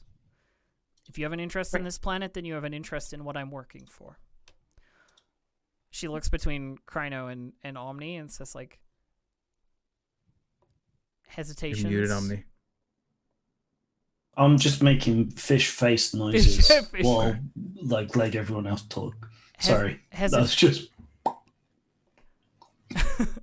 hesitations, issues.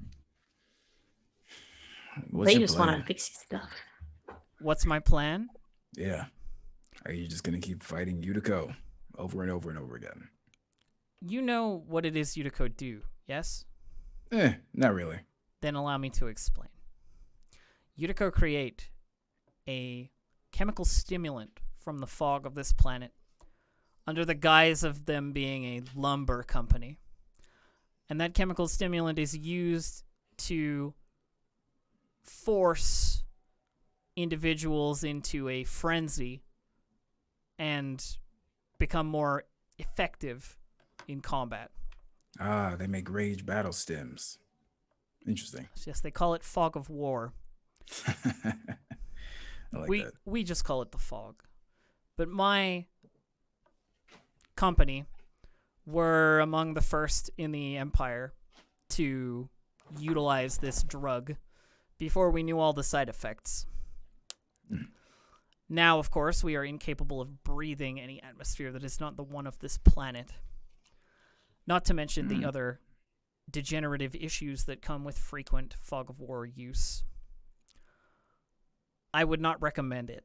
She says in a way that's like slightly dark humor. You know what I mean? We've lost a great many of our people, but it is my hope that I will be able to stop the production of this particular stimulant through continued raids on Yutiko. But there are other ways, more complicated methods that I am searching for, and allies that I am searching to do this with. I recognize that myself and my people are not enough to end a regime, especially not one so deeply entrenched. But I've heard whispers. So that's why you're looking for the control orb, right? She, like, looks at you with a little surprised, like, eyebrow raise. I don't know anything about any orb, but there are artifacts out there that could be helpful. Yes. Artifacts related to the ruins on this planet. The original users of nature here. The planet sees the Yutiko outpost and Devode City, as it's called in general, as a disease, as a foreign object that it wishes to oust. And I want to help it do that. Prevent the production of this drug. Which is why my bounty is substantial. She looks to Kryno at that one like, yeah, I know. I'm worth a lot of money.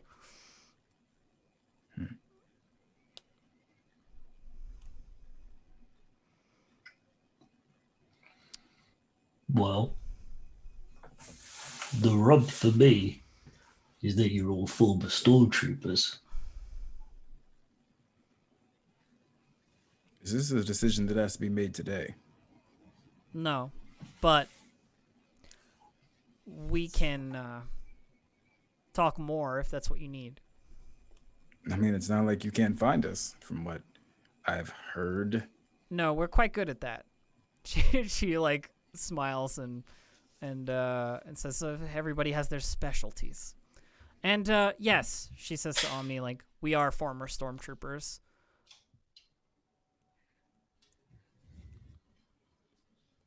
There's a lot of bad things that I learned a lot about from people who are doing the same things as you on the same side. She nods, like, completely, like, a solemn acknowledgement of that. And says, yes, well, before the war was over, we made our disagreements well known. We took the Sunderer down and everybody aboard it. That was you. You sabotaged an entire... I've changed my mind. I had reservations, and now I don't anymore.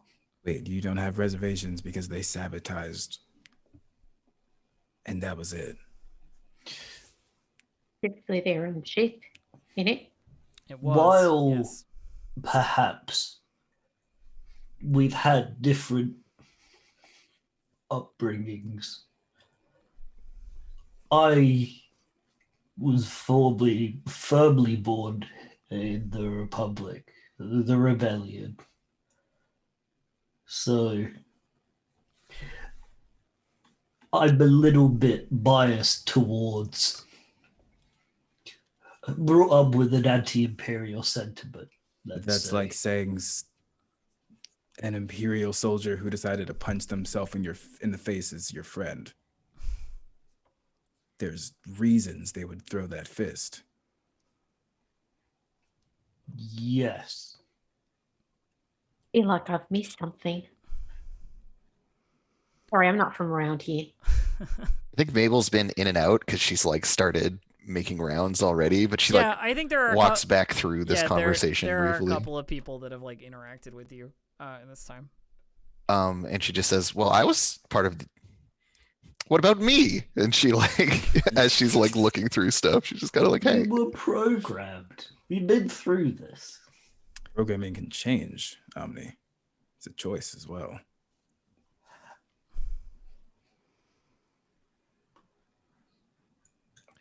I'm not frankly, sure I don't that's how see it the works. difference." Or Well, perhaps Mabel's just like, you were a stormtrooper and now you're not a stormtrooper. I was an Imperial droid, now I'm not an Imperial droid. See? No problem. I mean, on a deeper level, this idea of like programming, Yeah. she would extend that to the troopers as well in a lot of cases, but she doesn't belabor the point very much. She just chimes in to be like, "But what about me?" And then like is back to doing stuff. Yeah, for Omni, it's a very doesn't really know what's going on, doesn't really make decisions for themselves very often. Pana speaks up to you and says, like, on your like hesitation, and says like, I recognize that my contribution to that particular war was not a positive one. I wasn't on the right side. We are all born somewhere. We are all former somethings. It's the choices you make moving forward and the recognition that your previous choices were the wrong ones that makes a person. I do not blindly follow Imperial doctrine anymore. Have you killed innocent Utica workers? Utica worked for the Empire just like I did. That didn't answer my question. I've killed people making a deadly drug. I would hardly call them innocent. That's actually a pretty fair point. I've killed criminal syndicate gang members. It's almost like all violence is bad. That's not actually true. It's just a Star Wars thing. I mean, at the very least, the people involved might not have a choice about whether or not they're involved. You make a buck where you make a buck, but it does still make them complicit.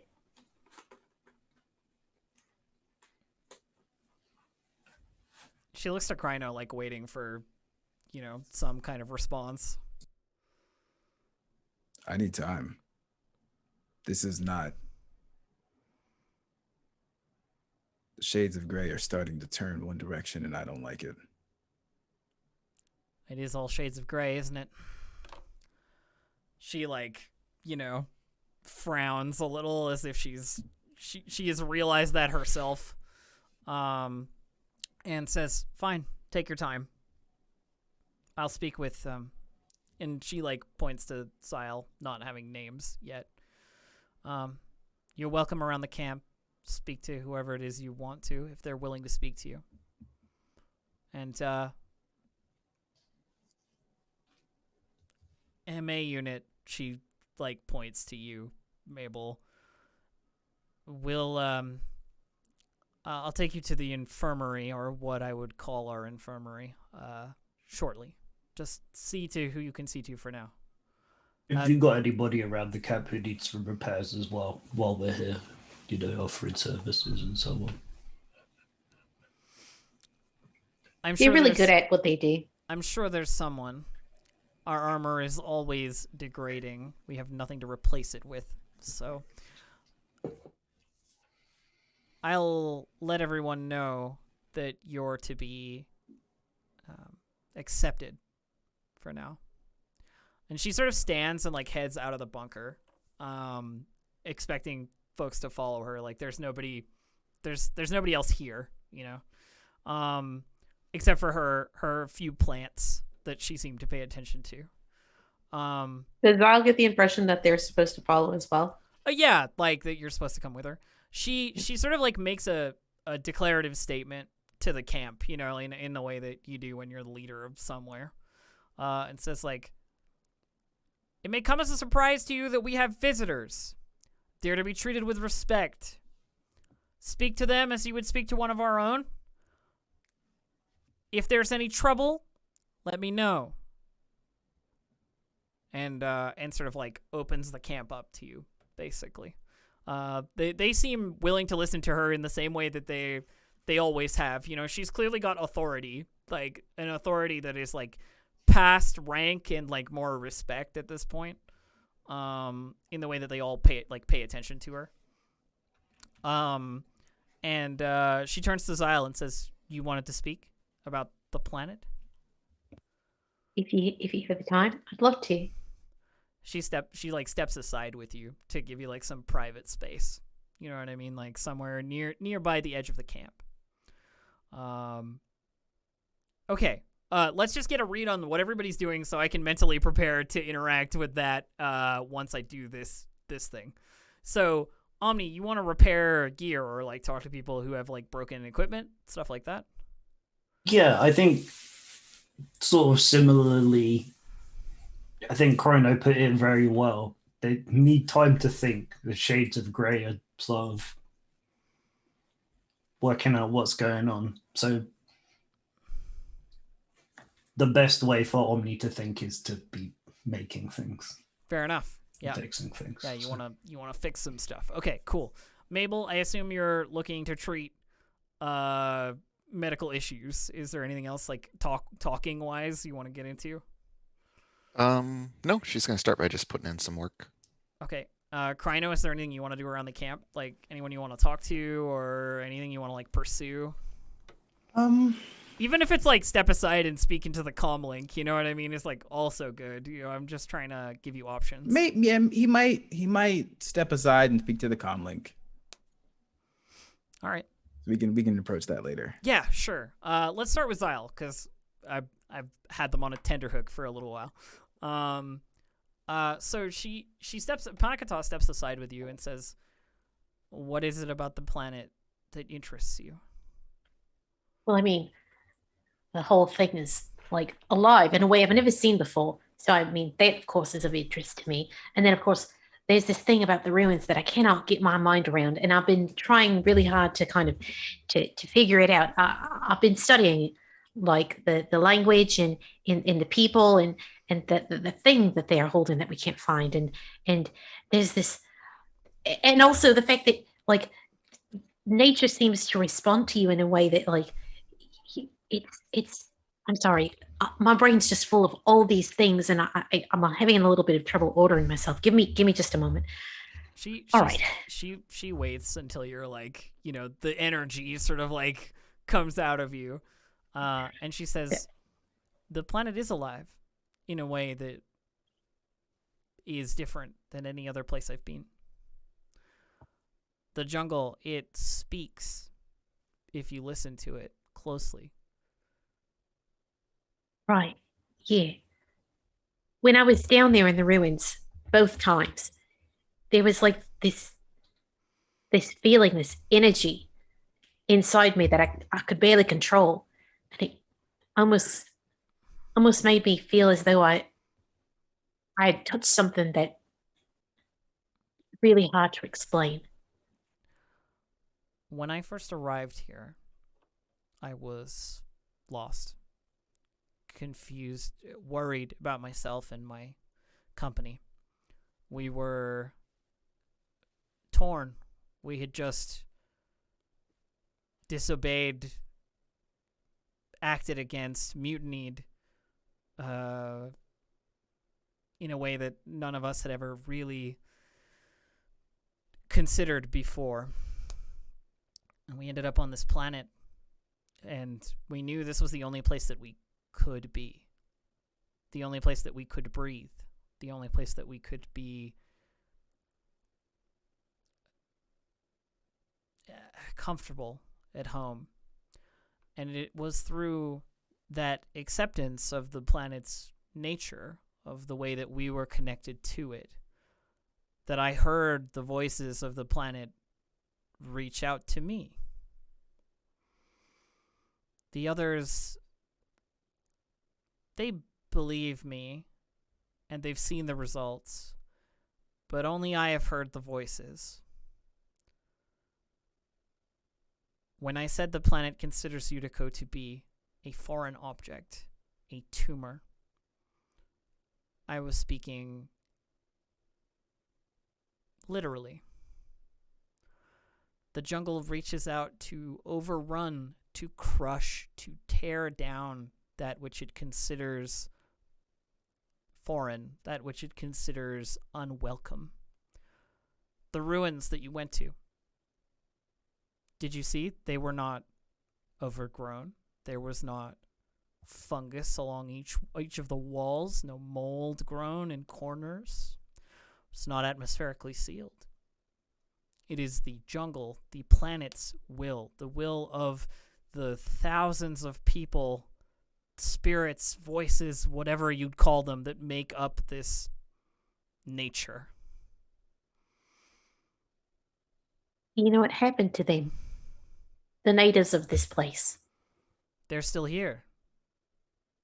Just not the same way. They're gone, but present in the atmosphere, in the jungle, in the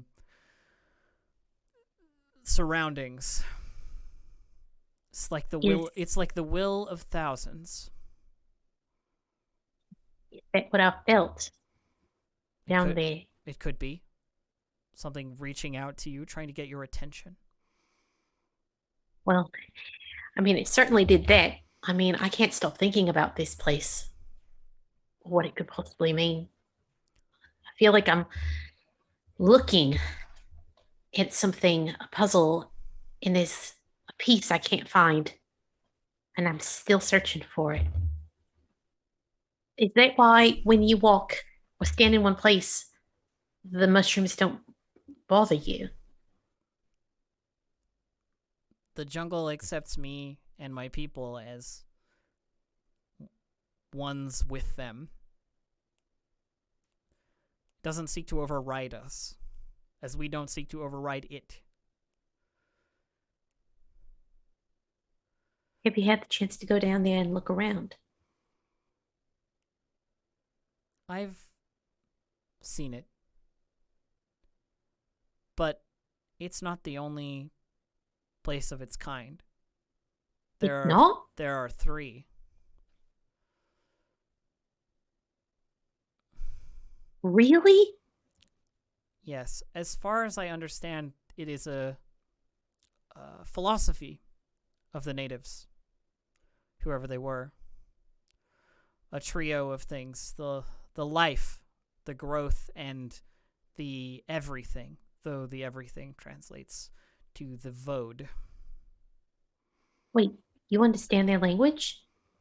No, but I told you I've spoken to them Right. indistinctly, but I have. I think. I'm not used to all of this. I try and shoulder it as best I can. Do you have a method for connecting to them? They reached out to me. They saw me and my people as lost, alone, scared, And instead of fighting them, I worked with them. I accepted them, the jungle.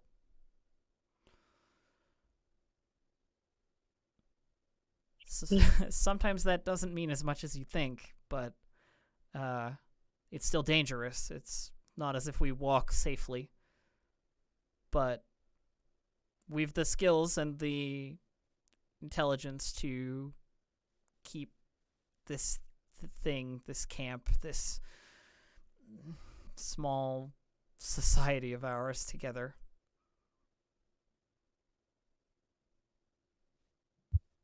I think I understand at least a little bit of what you're trying to say. I don't suppose you could show me where those other places are. I mean, I'd really be interested in having a look if it's all right with the planet. I've never been to the others. They span the distance of the planet, and I move with my own 2 feet. I go too far away. The others, leadership is required, and raids must be conducted. There is too much business to attend to.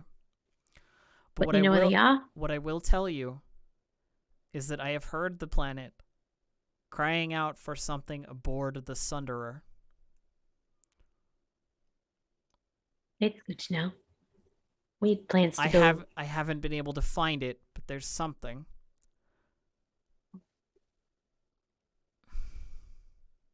I know where the I know where the wreckage is. I can lead you there if need be, though it's quite a distance. Several days. Well, I'm fairly certain that Omni is very interested in having a look at that ship at the very least. And I mean, I didn't have one opinion about it one way or the other, but if there's something on there that can help the planet, I'm there. You can count on me. I don't know. There's something about this place. You said you weren't from here. No, I'm not.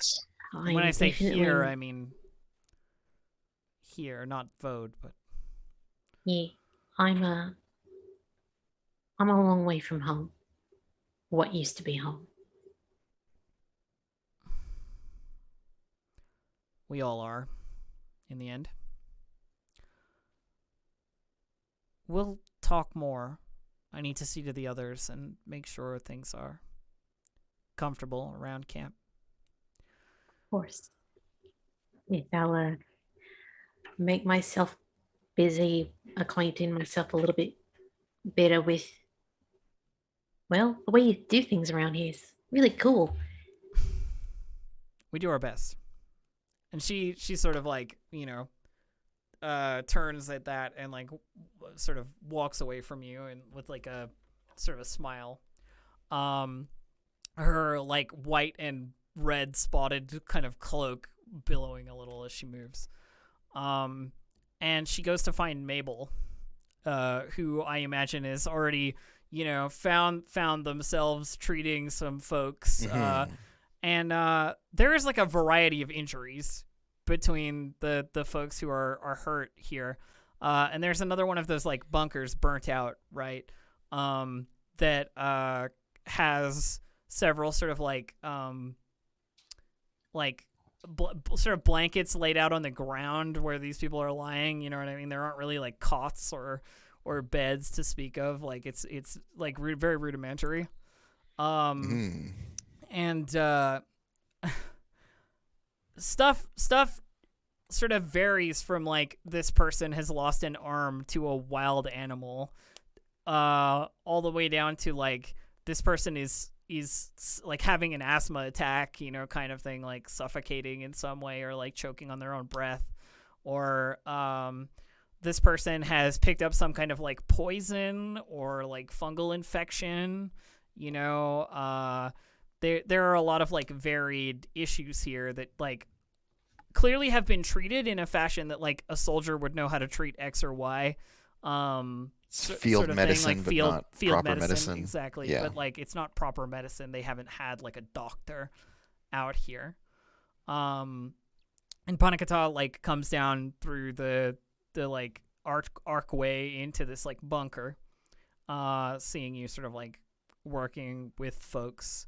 And there's like an attendant fog warden who's kind of like in charge of the like treatment here. And I think you're in mid conversation with him, and he's like maybe like a 30-something human with dark hair and like a tan complexion. His armor is dark green and like the fluorescent orange of the like neon, like the glowing bioluminescence in the jungle. And he's talking to you, and he's like, we just don't have the supplies. We don't have the backup. We don't have the bandages. We don't have anything that we would be able to find in the stores. Out here in the jungle, it's very little I can do.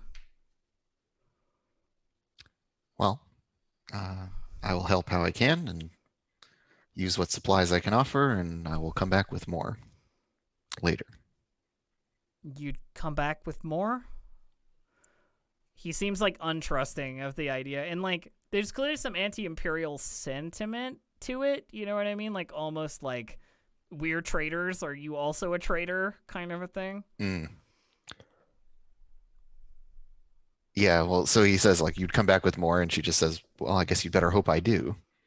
I suppose I better. We've already lost maybe 40 of our number since we landed, and the landing itself was not a gentle one. Yes, so I gather. And she seems kind of like annoyed that this dude is talking to her. Yeah. Like she's kind of just like, okay, now let me get to work. And she just kind of like, it's clear this guy is not a medic. You know what I mean? He's someone that's been like promoted to medic, you know, through this kind of like, we've lost this many people. We need these kinds of people, like training. You had the rudimentary training, so you're it kind of thing. In the like bandages that you see and the treatments that you see having been like given, it's clear this guy's main profession is not like medicine. So yeah, I think like he can keep talking to her, but she just kind of sets into work without much comment. You like tune him out. Yeah, and she's able to work like very, very quickly and very Do you wanna give me like a medicine check? Sure. Just to see like how we do. Do you want to give me a light side point? I sure can. Please and thank you. Done and done. And I will make a medicine check. I don't remember if I get an extra boost for having my med pack around. I'll give you a circumstantial boost either way. Okay, cool. Here I go. Successes. Oh yeah, 3 successes. Yeah, this stuff is not complicated. You know what I mean? It's not like vastly complicated. Nobody's suffering from, you know, anemic blood loss or. This isn't an episode of House. No, yeah, right? It's exactly. Just that they need basic medical care. It's basic medical care. Your diagnosis is always correct. You know what I mean? It's like easy to tell what's going on. And you sort of like work through the various patients. There are maybe like 10 or so sort of like laid out, maybe 8, you know. Around the camp, if you counted them up, there's probably only about 40 people. You know what I mean? Like it's fairly small. But so you go about treating them, and it's clear that you're having some effect, some positive effect on those present. And the only thing that prevents you from like curing some of them entirely is just like a lack of available supplies, right? Like you need that particular anti-inflammatory and you don't have it, or you know, you need that one like parasitic removal gel or what have you, and it's like not available, these kinds of things. And there's like a bunch of stuff that would just be solved by like having a bunch of Bacta, right? Yeah, definitely. So you just like if only I knew where some was. Only you knew where some was, right? Yeah, so you go through them and you treat them pretty well. And it's clear that this other guy is like watching you, you know, this fog warden. Yeah. Like almost kid in terms of like their attitude. It's like watching you and trying to like take notes, or at least like figure out what you're doing that's different than like what he did. And it's clear that he's grateful as well. And throughout this entire process, like, Panakata is, like, watching from the sort of entrance, but she doesn't insert herself into the scene in any, like, meaningful way. It's kind of like, is Mabel actually helping, or are they just the, like, Yeah. are they sabotaging us, like, kind of stuff. Well, could I take it one further then and say that, like, while Mabel's working, if this, you know, de facto medic is sticking around, that she's like explaining what she's doing as she's doing it, because that wouldn't be hard for her as a droid, I don't think. Yeah, of to course. just, like, You're talk just while like she works. running the process while talking about the process kind of thing. And he definitely seems to appreciate it. He seems like the kind of guy who has difficulty in a stressful situation being quiet. He's kind of got like a nervous that energy. kind of person is like an anxious energy, and it's clear he cares about the people on the beds. Like, he speaks to them by name. He sort of like interacts with them as people he's known for a long time, or people that he like cares about. There's a lot of that kind of thing going on. Cool. All right, so let's cut. Does Omni want to go next, or Kryno? Who's up next? You point at Kryno there, Dave? I think that's All right, me. Kryno it is. All right, Kryno, you're up next. What's the plan in the camp? I got names. The executive of Utico that I met. Dalarex. Dalarex, the one you wrestled. Yep, and that was the one that I pinged before. So I'm gonna ping Dalarex again on communicate. Yeah, okay, so you kind of step out of the camp, right, to like speak quietly. So you step away a little way. Takada sort of watches you go, but there's like, he doesn't follow you or anything. He just like hangs out in the camp with some people he knows. Yeah. And so you ping Celerex, and there's a voice in the comm that's like, well, do you think about my offer? Yeah. I'm sure that you heard I found your quarry. I have several, but I assume I know the one you mean. Yeah. I don't know. This does not seem to be a one-man-do job, if I can be honest with you. No. Well, that's why the price is so high. This substance that you make, are you still refining it, or is this the end result? You want to know about the Fog of War? I mean, I assume you're trying to get... I assume you're not talking about the Fungalwood desks. No, the Fog of War. I assume there's got to be an end result where there are none of the same side effects. We don't do the research. We just use the formula that we took from the Imperials that left here. It's worth a lot to the Hutts. It's worth a lot to the Black Sun. Anything that'll make their goons swing a little harder. Wait, why wouldn't you do the research on planet? Wouldn't that be safer? The research was done. There are labs, but, my guys are not exactly scientists. No, that's fair. Just processing. We're a company, not a research facility. Is there a partial payment for this job at all? Partial payment, like what? What are you offering me?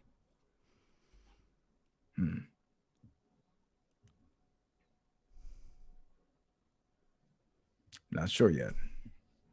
Then I'm not sure yet. Yeah, I suppose that's fair. She says, Fog of War is in its most refined state from what we make of it. You know what I mean? There's plenty of folks who come here and try and make their own Fog of War moonshine style, and that never works out. That stuff will kill you. At least the stuff we make doesn't kill you. I guess that's fair. This is all way more complicated than I signed up for. Nothing outside the realm of the law is ever uncomplicated. I mean, is this outside the realm of the law? Isn't this technically legal? Oh, it's plenty legal on Vode. Sure. Yeah, so I figured. But we run Vode. Yeah, that also makes sense.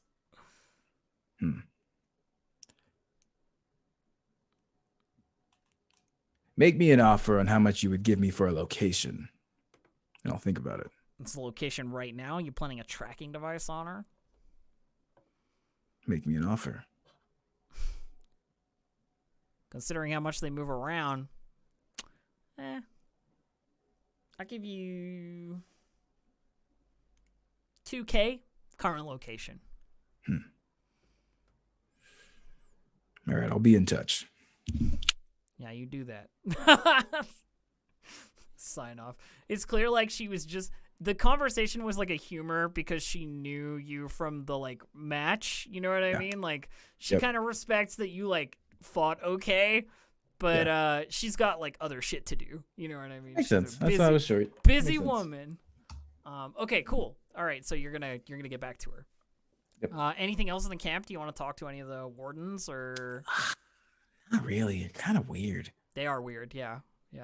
Kind of uncomfortable. And like, this is way more than he signed up for. Yeah. He signed up to get information and potentially turn into person.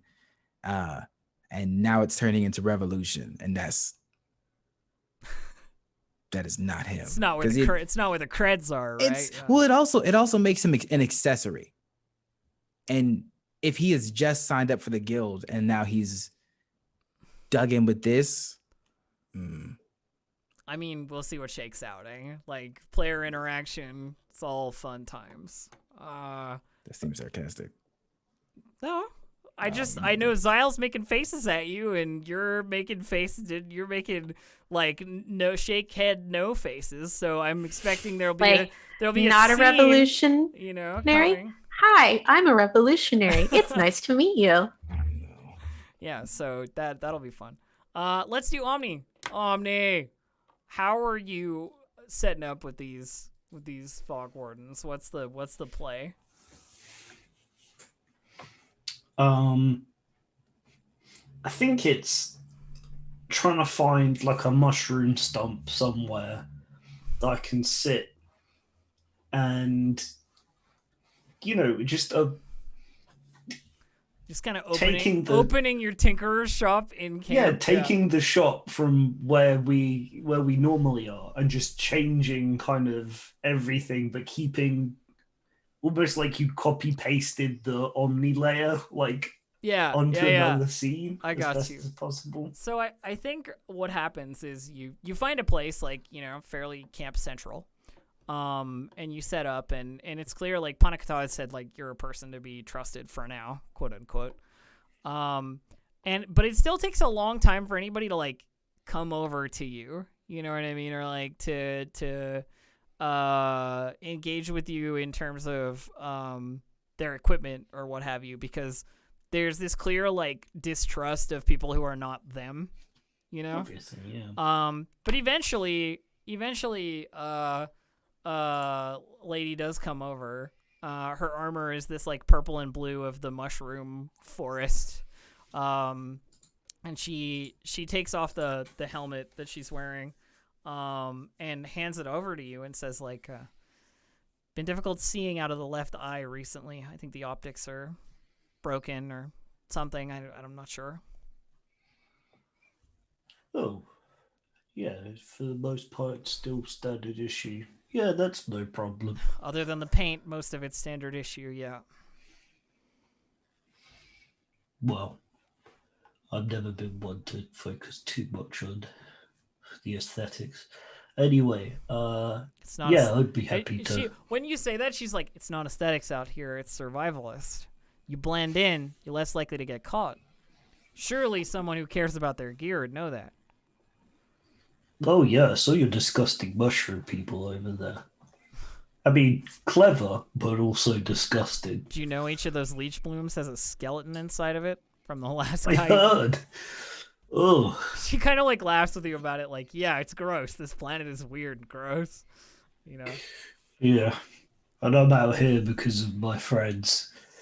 And I haven't seen a single data access port this entire time. Makes me very uncomfortable. As I'm like, screwdriver she kind of nods along with you, and she's like, honestly, more comfortable on a starship myself, but the captain says we're staying, and we're staying. We haven't seen any blaster packs, have you? Energy packs?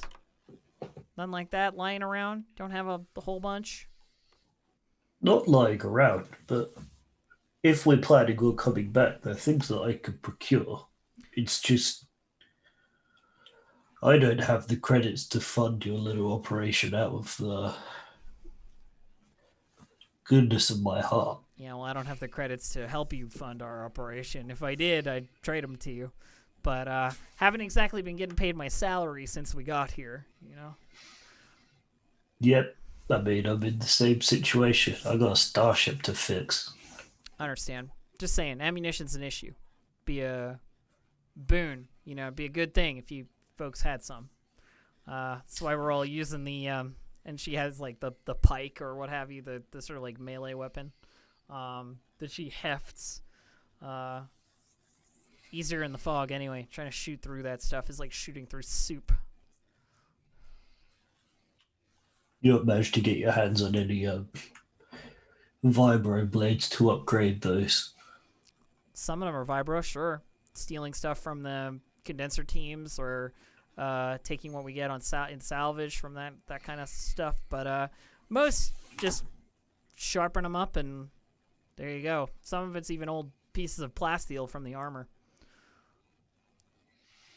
I can see that. A shame, but work with what you got.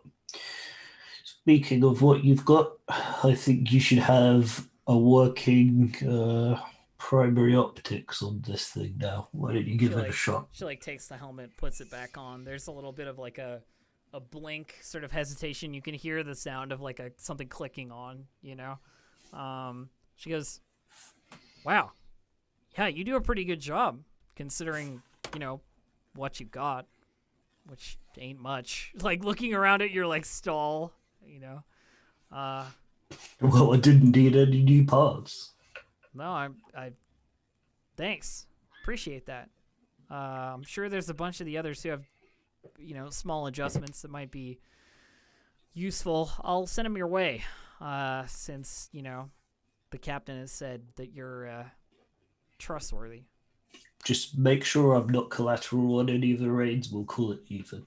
Don't go out with Utico condenser teams and you won't have to worry about it.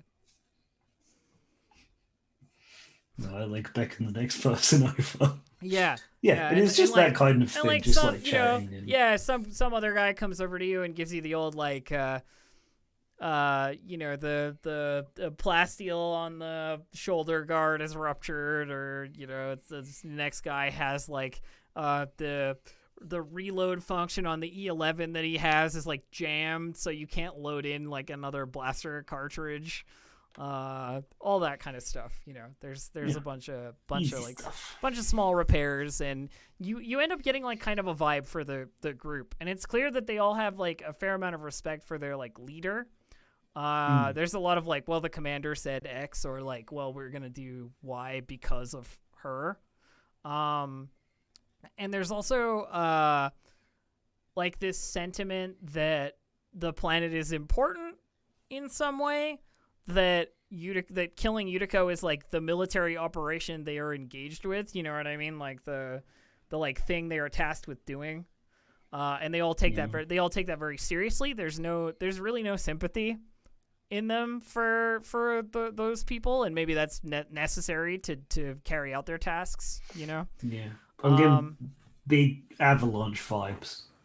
Yeah, a little bit. Yeah, sort of like nature is important, you know, save the planet, quote unquote. Yeah, it's really cool. I mean, obviously, I'm really into that. I'm glad narrative. I'm glad you like it. Yeah, I've been waiting to reveal this kind of stuff for like for weeks. You know, it's pretty sick. I'm into it. But yeah, so you go through all their stuff and do a couple of minor fixes. I'm not going to have you even roll mechanics because I'm sure you can succeed with the difficulty. Yeah, 3 yellows. There isn't anything really big. Yeah, it's fine. Is there anything else like people want to do at the camp? I think Zyle just spends a lot of time observing. Like, you know, they don't really know much about like the Empire or stormtroopers in general, and this is kind of their first real exposure to any of that. So that's a good point, yeah. They kind of see it as like its own culture in a way, and like they're just essentially observing the birth of a culture. I think you see a little while into like your visit here, Sile, that Panakata like wanders off from the camp and like goes on her own, like out into the wilderness. Would you follow her, do you think, or would you just like let it, like, yeah? I think so. Yeah. It's like she's mentioned that she's been speaking to the planet in some way and then wanders off on her own. I think Zyle would definitely be interested in figuring out what she's up to. So after a little stumbling through the fog, you make your way in the direction you're sure that she's gone, because you can follow her path, so to speak. And you end up in this like small cultivated area. This like it looks like a garden compared to the rest of the jungle. A wild garden, but a garden. You know what I mean? Where she has like grown things in a specific manner, or like things have been like cut back or pruned, or you know, like just generally like you cultivated. It's land that has been touched rather than untouched, but it still looks like wild in its form. And she's set her helmet aside. And is like knelt down near one of the plants, like, you know, looking closely at like the blooms or what have you. And hears you sort of approach, or like as you step into the clearing, she says, "So you did follow me," you know, like, and she stands and she turns and she says, "This is the only way I've been able to help, really, growing things, and some of it's useful, some of it's not. Poison, antidote, fasteners, thorns, even branches or plates that could be armor if used correctly. I've been trying to get the others to adopt a method to do with this and to provide for them as much as I can. But I seem to be the only one who has the touch for this. Welcome, I suppose. I have a few of these gardens across the area." Really quite something. I don't think I knew what to expect when we came out here. I knew very little about what it is that we were getting ourselves into. I don't think I expected to come here and find somebody with so much insight. I mean, I guess I shouldn't have been so surprised. You guys have been here for a while. I guess I just didn't expect that you'd be living like this. No one side has all the answers. You've only heard it from Yutiko's side. Now you're hearing it from mine. Not many people have the patience to listen, nor do they wait to do so. I'm not exactly a non-violent person, she says, like, with a shrug, as if that's just the way it is. Given the reputation you have. And I don't brook any threats to my people, so when it happens, it happens. The planet has helped me keep my people alive, helped me grow things that can be eaten, things that can be used as fever control, things that, you know, various plants that are needed, things that are required by our group. And I'm not sure if I had anything to do with it other than being open to the idea. So if you're interested in hearing from that power that you felt in the ruins, maybe just open yourself to the possibility. Open myself to the possibility. Right. I think I can do that. Yeah. Well, I certainly wouldn't mind. Yes, well, I can't teach you. I don't even know how I do it. Well, that's completely fair. I don't think I suppose I was looking exactly for a teacher or a mentor, but I hope we do get the chance to come back and perhaps help you more. What I can tell you is that there is something important on the Sunderer, something I couldn't retrieve. I'll definitely keep my eyes open for it. Yes, please do, if you end up there. And if you need a guide there, we can guide you. But the actual wreckage itself is very dangerous. Do be careful. Right. I can do that. I can be careful. Go back to your group. I think they're done with their tasks for now. And I'm sure Takeda can lead you back. All right. I'm sure we'll speak again. Do hope so. And I guess be careful on your raids. She scoffs a little, as if like the idea that she could be hurt is like humorous in some way. She says, "They're thugs and gangsters at best. We're properly trained, and we have the planet on our side." Right. Right. Thank you again. Thank you. I assume you can make your way back to the camp from here. Yes, I can. She sort of waves you away, like, "Go on then." And Tell Takeda to lead you back. They take the hint and fuck off. She turns back to her gardening, you know. Yeah. And yeah, you make your way back to the camp. Yes, Omni, something? Sorry, I saw hands up. Okay, all right, good, cool. I'll gesticulate him. I know it's a little early, but I think I'm gonna end there, just because I'm not feeling great, to tell you the truth, and I think it's just be better for me. So we'll end there. Take care of your health. And we'll do some quick shout outs. Let's get some shout outs around the table. Gabe, why don't you go first? Hello, I'm Gabe. You can find me at Gabe James Games across the internet. I do game design, cosplay, voiceover. I'm Roll20's in-house game designer. Pretty much anything that I'm doing is posting about it on Twitter. Wonderful. Aki. Oh my god, my brain. Go, Aki.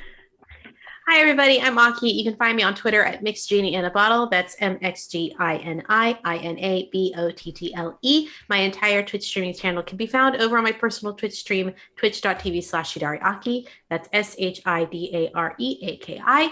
And yeah, tomorrow is Let's Get Wildmount over on Critical Bard's channel at 1:30 p.m. PT. We're having a lot of fun with that. It is a blast to play. And then, of course, you can catch me over on Saving Throw Show playing New Pantheon at 4 p.m. PT on Sundays. And then, yeah, all my regular usual stuff is going on right now. I'm excited. On Monday, I am playing a 10 Candles game that is based on The Bachelorette. And it should be a lot of fun. That's happening over on Q Times at 6:30 p.m. Hype. So, yeah. Dave, go.